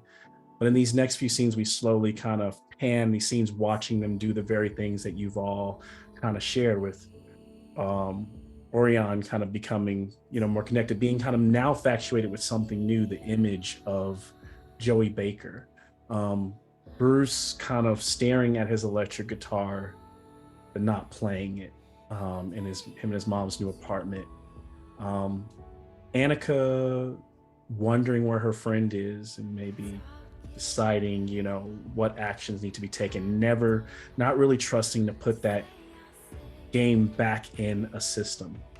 Clara and her brother spending time with each other, and Kat working in the junkyard. And Tony sitting on the porch with his sitting in the room with his grandmother. Somewhere, Jose is at the house with that map, and as he walks by a room, he sees the old monitor that was connected to the loop. And he sees something strange as it begins to flicker and the monitor lights up. And a pale, thin figure walks into that dark, fuzzy frame in the hallway there in the loop. And it turns and looks up towards the camera, looking him in the eyes, and he sees an old friend staring back at him. He sees the eyes of Chase. And then Chase, with no shirt on, a dark figured hand puts its hand on Chase's shoulder. And those two continue walking away from the frame, out of the frame of the camera, deeper into the loop, a hallway that should be flooded. Jose knows they're there. And then together the two disappear, and then suddenly the ground boom, boom, rumbles, the sky rumbles, and all the teens, wherever they're at, run outside. And what they see are these large military helicopters coming in low over Boulder, and they're all carrying heading towards the misty lands, that misty area beyond, and they're all headed to the loop, and hanging from them on these heavy wires are these giant bipedal machines with almost like robots with gun arms, like something from an old Robotech cartoon. But why heading to the loop? It's been abandoned for years. They can hear the military rolling through the streets. And if they get any kind of vantage anywhere from where they see, they probably end up calling each other and wanting to meet. They end up meeting on a little high hill above a billboard advertising TSR Park that's going to open next year. And beyond, with those 3 towers looming like dark gods, they see something they've never seen in a long time. Those little lights on the loop towers are blinking. The loop is back online. And we'll crash to black and into Knight's Tale. Good game. Awesome game, guys. Nice. GG. Good stuff. What a game, guys. Yeah, good way to kick the year off with the Tales from the Loop. Wow. Man. I guess Castro can't live with me no more. I'll figure that out. So the loop is back on? Like those lights are blinking, so there's someone has activated, someone has turned something back on inside the loop where it's been dead since the flood. I'm so glad that you did that, because if you didn't, I was gonna be like, he's gonna start to slowly go toward to the loop anyway. That was perfect. Interesting. So those things that I was kind of describing, they're behind me. So those military are bringing in these things, and they're like being hung on. So you just kind of see those flying over the city, and of course, them kind of military driving through on their big trucks, but like heading through Boulder, but out towards the middle of nowhere. OG Metal Gears. Yeah. Like just dropping off Metal Gears around the towers. So something's going on, right? And it's like in plain sight. I'm excited. Should we do experience now? Let's do experience now. Yeah. You guys, if you guys want to do it real quick, I think, you guys definitely put yourself in harm's way. Y'all showed up to a session. I think there's definitely at least 5 points for everyone in this game. So yeah, level yourselves up. Where do I take it though? And then also, if we've already used our shame, do we pick a new one? Yeah, so the thing is, this says you can use it once per mystery, but like the shame, that would get old if you keep using that shame. So I think you kind of gotta maybe update the shame. Yeah, something else has to become your shame. Yeah, I think you gotta update shames like you update problems, right? Like there should be something else. Like it might be now. I mean, he's had that shame, but now I mean, like Claire has seen, that. So I don't know. You could change it to something else. So yeah, just update those. Great session. Great. You guys kind of really wove those narratives together really well. Yeah. The thing is, I think if you'd have talked to Victoria, you learn a little bit more about Joey and the idea of her 6-finger thing. But like, yeah, you guys were kind of on it. So, but we still have our other. So I think we can, if you guys are willing, well, unless Jose takes you directly to the loop, you guys can always go and figure out what's going on with this Machine God game. But what I will say has happened is while Machine God, if they want to call that a ministry, is still in play, what has happened is the counter that marks closer to disaster has gotten closer on that one because you guys were off doing something else. So it should be interesting if you go after that. So I might seed a few other hooks between now and then, because if you had a hook now and that hook is you used it this game, I would send you a new hook. Even though you have Machine God on the table, you have another hook for those people who, like, for example, Annika, she doesn't need another hook. She has a hook that hasn't been explored, right? Those of you who have used maybe the hook about the body and the quarry might get something else next game. No, we leaving Brian for dead. That's your fault. I was gonna go save Brian. That's Brian's gotta die now, and that's on you, DM. We ain't got time for Brian no more. That's fine. You dropped Robotech. He doesn't need to be saved. You dropped Robotech in the house. We ain't got time. But here's the thing: you guys aren't necessarily. It might be very difficult for you to. This might be something that you're seeing, but it might be very difficult to explore. Because here's the thing: I know Jose wants to go into the loop. This makes that much harder now. Oh, there's military everywhere. Yeah, that doesn't mean we're not trying. Yeah, you can't just stroll up to the loop. And... We got two people on. We got a person on crutches. We got a person with one arm. We about to break into this loop right now. Let's go. And the way I look at the loop is like, okay, if you look at the map, you got to understand the main reactor where those 3 towers are where the main reactors, but the loop is underground that entire circle. So like, it's a mega dungeon essentially. Yeah. If you go in there, you might not come out. And from outside, it still looks flooded to us, right? Like we were surprised that the inside's not flooded. Well, he only saw, so it's still probably flooded in certain areas. But remember, Jose saw his mom die as that hallway was flooded. Yeah. So now he sees Chase walking down that same hallway, this dark hallway where his mom died, with another figure, with someone else ominous that we don't know who he is. So yeah, that's weird. And see, you guys didn't play the Halloween episode. There's a lot that happened there where Chase is calling himself the Nightmare Lord and was like wearing a Freddy Krueger shirt and had his like claws. So yeah, it's a lot of y'all need to just put that boy down. So it's gonna be we're definitely building towards something with that once we finally meet Chase. I don't know. Yeah, Bruce, I'm about to hit you up, or Eric, I'm about to hit you up. Yeah, I got to decide whether Tony got friction with you or not. We're gonna have to see. We're gonna have to see. We'll talk. No, it's what do you think, Nathan, being your first Tales from the Loop game? Awesome. Do you like it? Is it too much role play? Is it kind of no, like it's perfect. Yeah. No, I crushed it. You did really well. Oh, you killed it, bro. Yeah. Thank you. You and Annika have been a great character. Addition to this game. He's like Clara's opposite. So she's just like, who is this guy? And how did we end up with him? Yeah, I didn't know like how you ended up with this guy, but we. Right? I thought the interesting take was you going with like a softer skill for handling the end of the mystery against the big bad, because I thought that's something that this group is not known for. Yeah, like they're like we're like a run and gun kind of tagging group. Yeah. So it was cool to see like, oh wait, this guy's gonna try to talk him down, which is fine because you can distract him long enough for us to actually run and gun. We're still gonna do it. But it was super. I wanted to leave it open to see if they actually might go that route, right? Like just talk him down and have him, No, it was a cool route to see, but it was great. Yeah, if they would have talked him down, I would have threw a football at his ass. That's exactly what it is, though. It's like I think one thing that made the game much more suspenseful that I've never done. I rarely reveal how many successes you need to But I realized with this game, knowing up front makes it so much more suspenseful because just like we got to get 20 in all these roles. So you also have to tell us because we'll all kill ourselves if we think we're We'll short. do it. We'll do We'll it. We have straight no do it. problem. Yeah. We have no problem I was hoping this might be the night where someone gets at least a scar, right? I was going for it, but like, I mean, yeah. So wait, we had to get 20, but I like, was close. we can Clara take some was about to voluntary say scars scar. in the world. Yeah.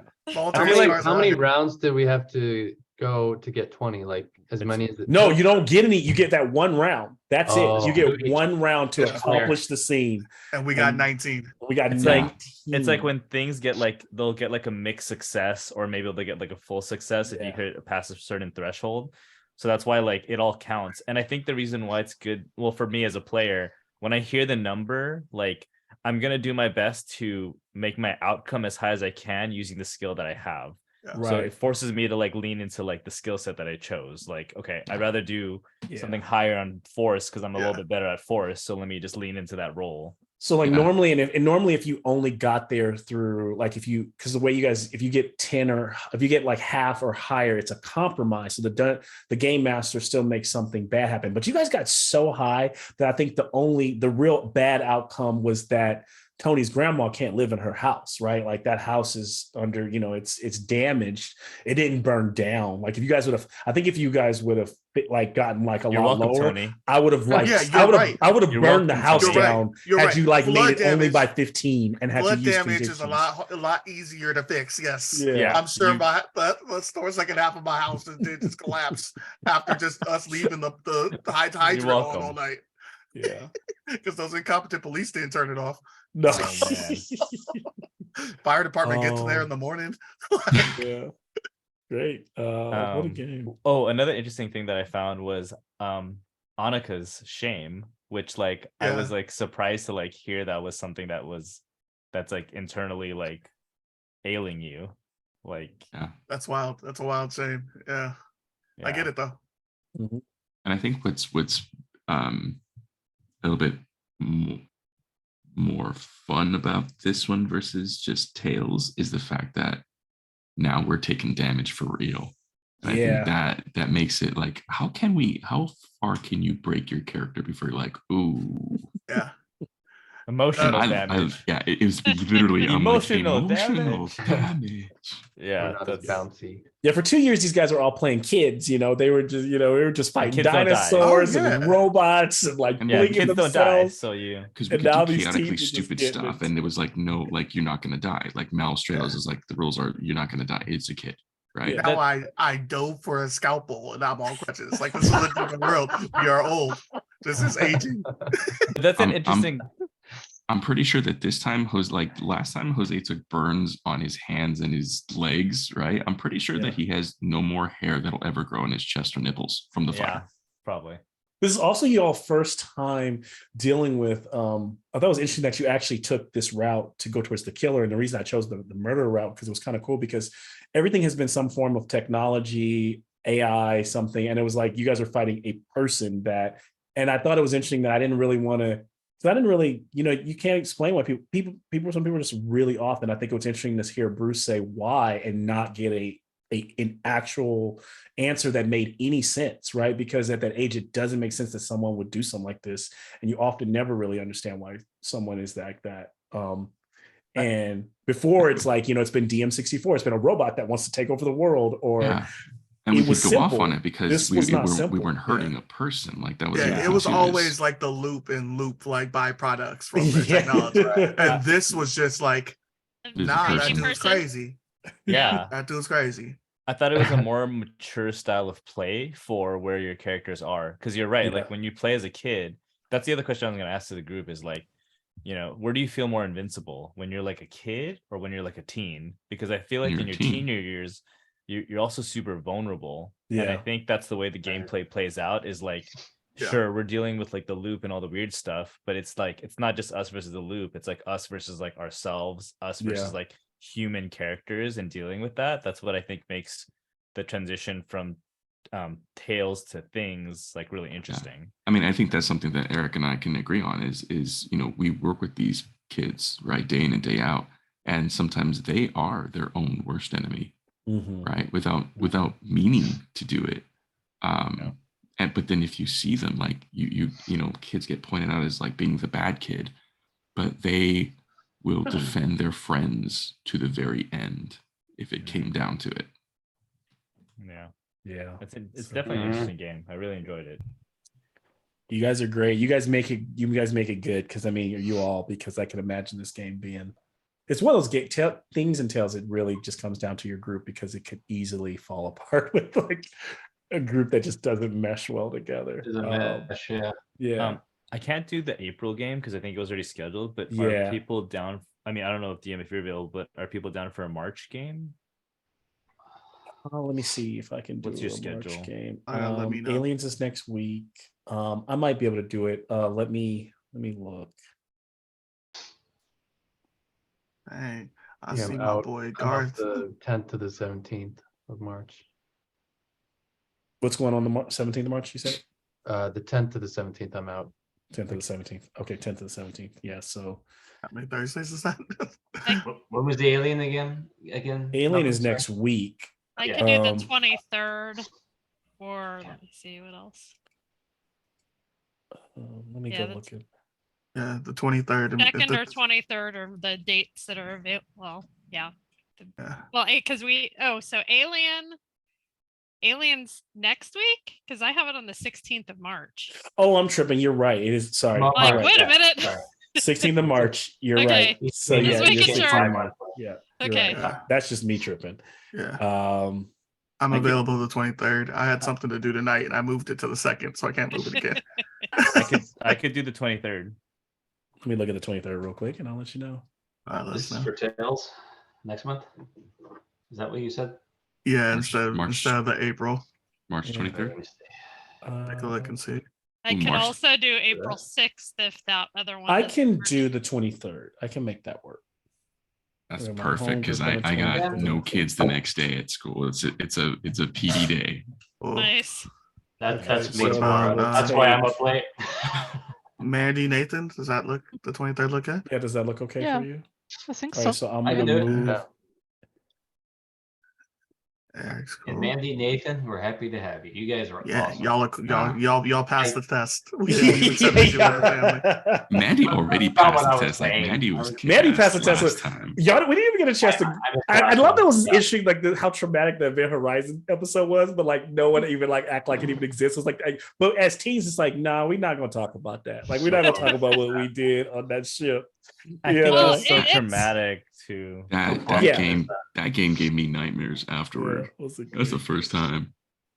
That was the first time we played Tales from the Loop with a dungeon crawl method, right? Like you guys were in one location the entire game, and it was our Halloween episode, because we haven't played since Halloween around that week, and that was kind of why we played it that way. But it was fun. You have that up on YouTube already, Mel? I think I do. It is. Yeah, it's up. Yeah, there was a evil scientist on the ship who had like done all some stuff, and it was the dancing scene that did it for me. I was like, Annika brought it home with like hacking the system and playing all the music. Of course, Thriller always gets in on a Halloween episode. It was great. Yeah. What are the other? It really was creepy. Okay. It really was. It was a creepy episode. He did a good haunting episode. It was like very The Shining. Like that was kind of the sense that I got. Yeah. It was the corridors of Event Horizon. So if you've seen that movie, like the way that Mel was describing it, it's just you're just like you step and then lights slowly recede, not forward. We did the Shining ballroom scene, but with robots who thought androids who like wanted to be human, and everyone was having like nightmares in town because the robots were using a machine to steal their dreams, and then the dreams were allowing the robots to become more human, but without dreams, the humans were becoming more off and angry and having nightmares and sleep deprived. And they were like, we just want to be one. We just want to be human, you know? And then Chase they had signs that Chase was running around on the ship trying to steal something. Yeah. There was this Kruger gas, which is like an acronym for something this gas that was making everyone hallucinate.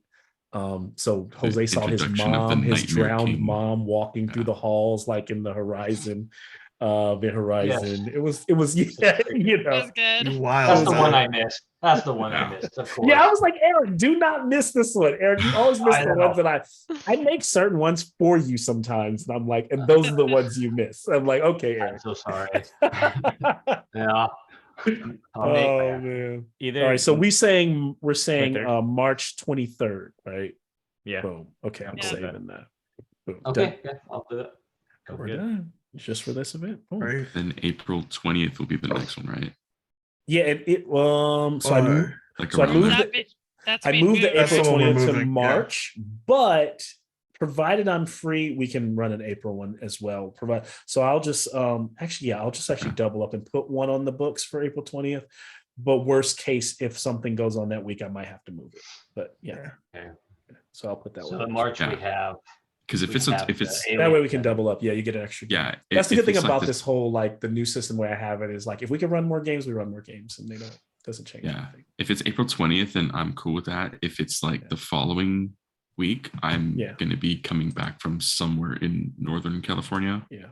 So it can always be a Garth off week where he's, just hallucinating in his room, on his pills. I'm gonna try to get off drugs. He's trying to get off his drugs. I'm trying to get off the drugs. Like I'm sitting here trying to figure out what my next shame is because like I've exposed it and I'm hoping that this is like a road to we have that Garth scene like Pookie in New Jack City where he's like I'm gonna try to get clean.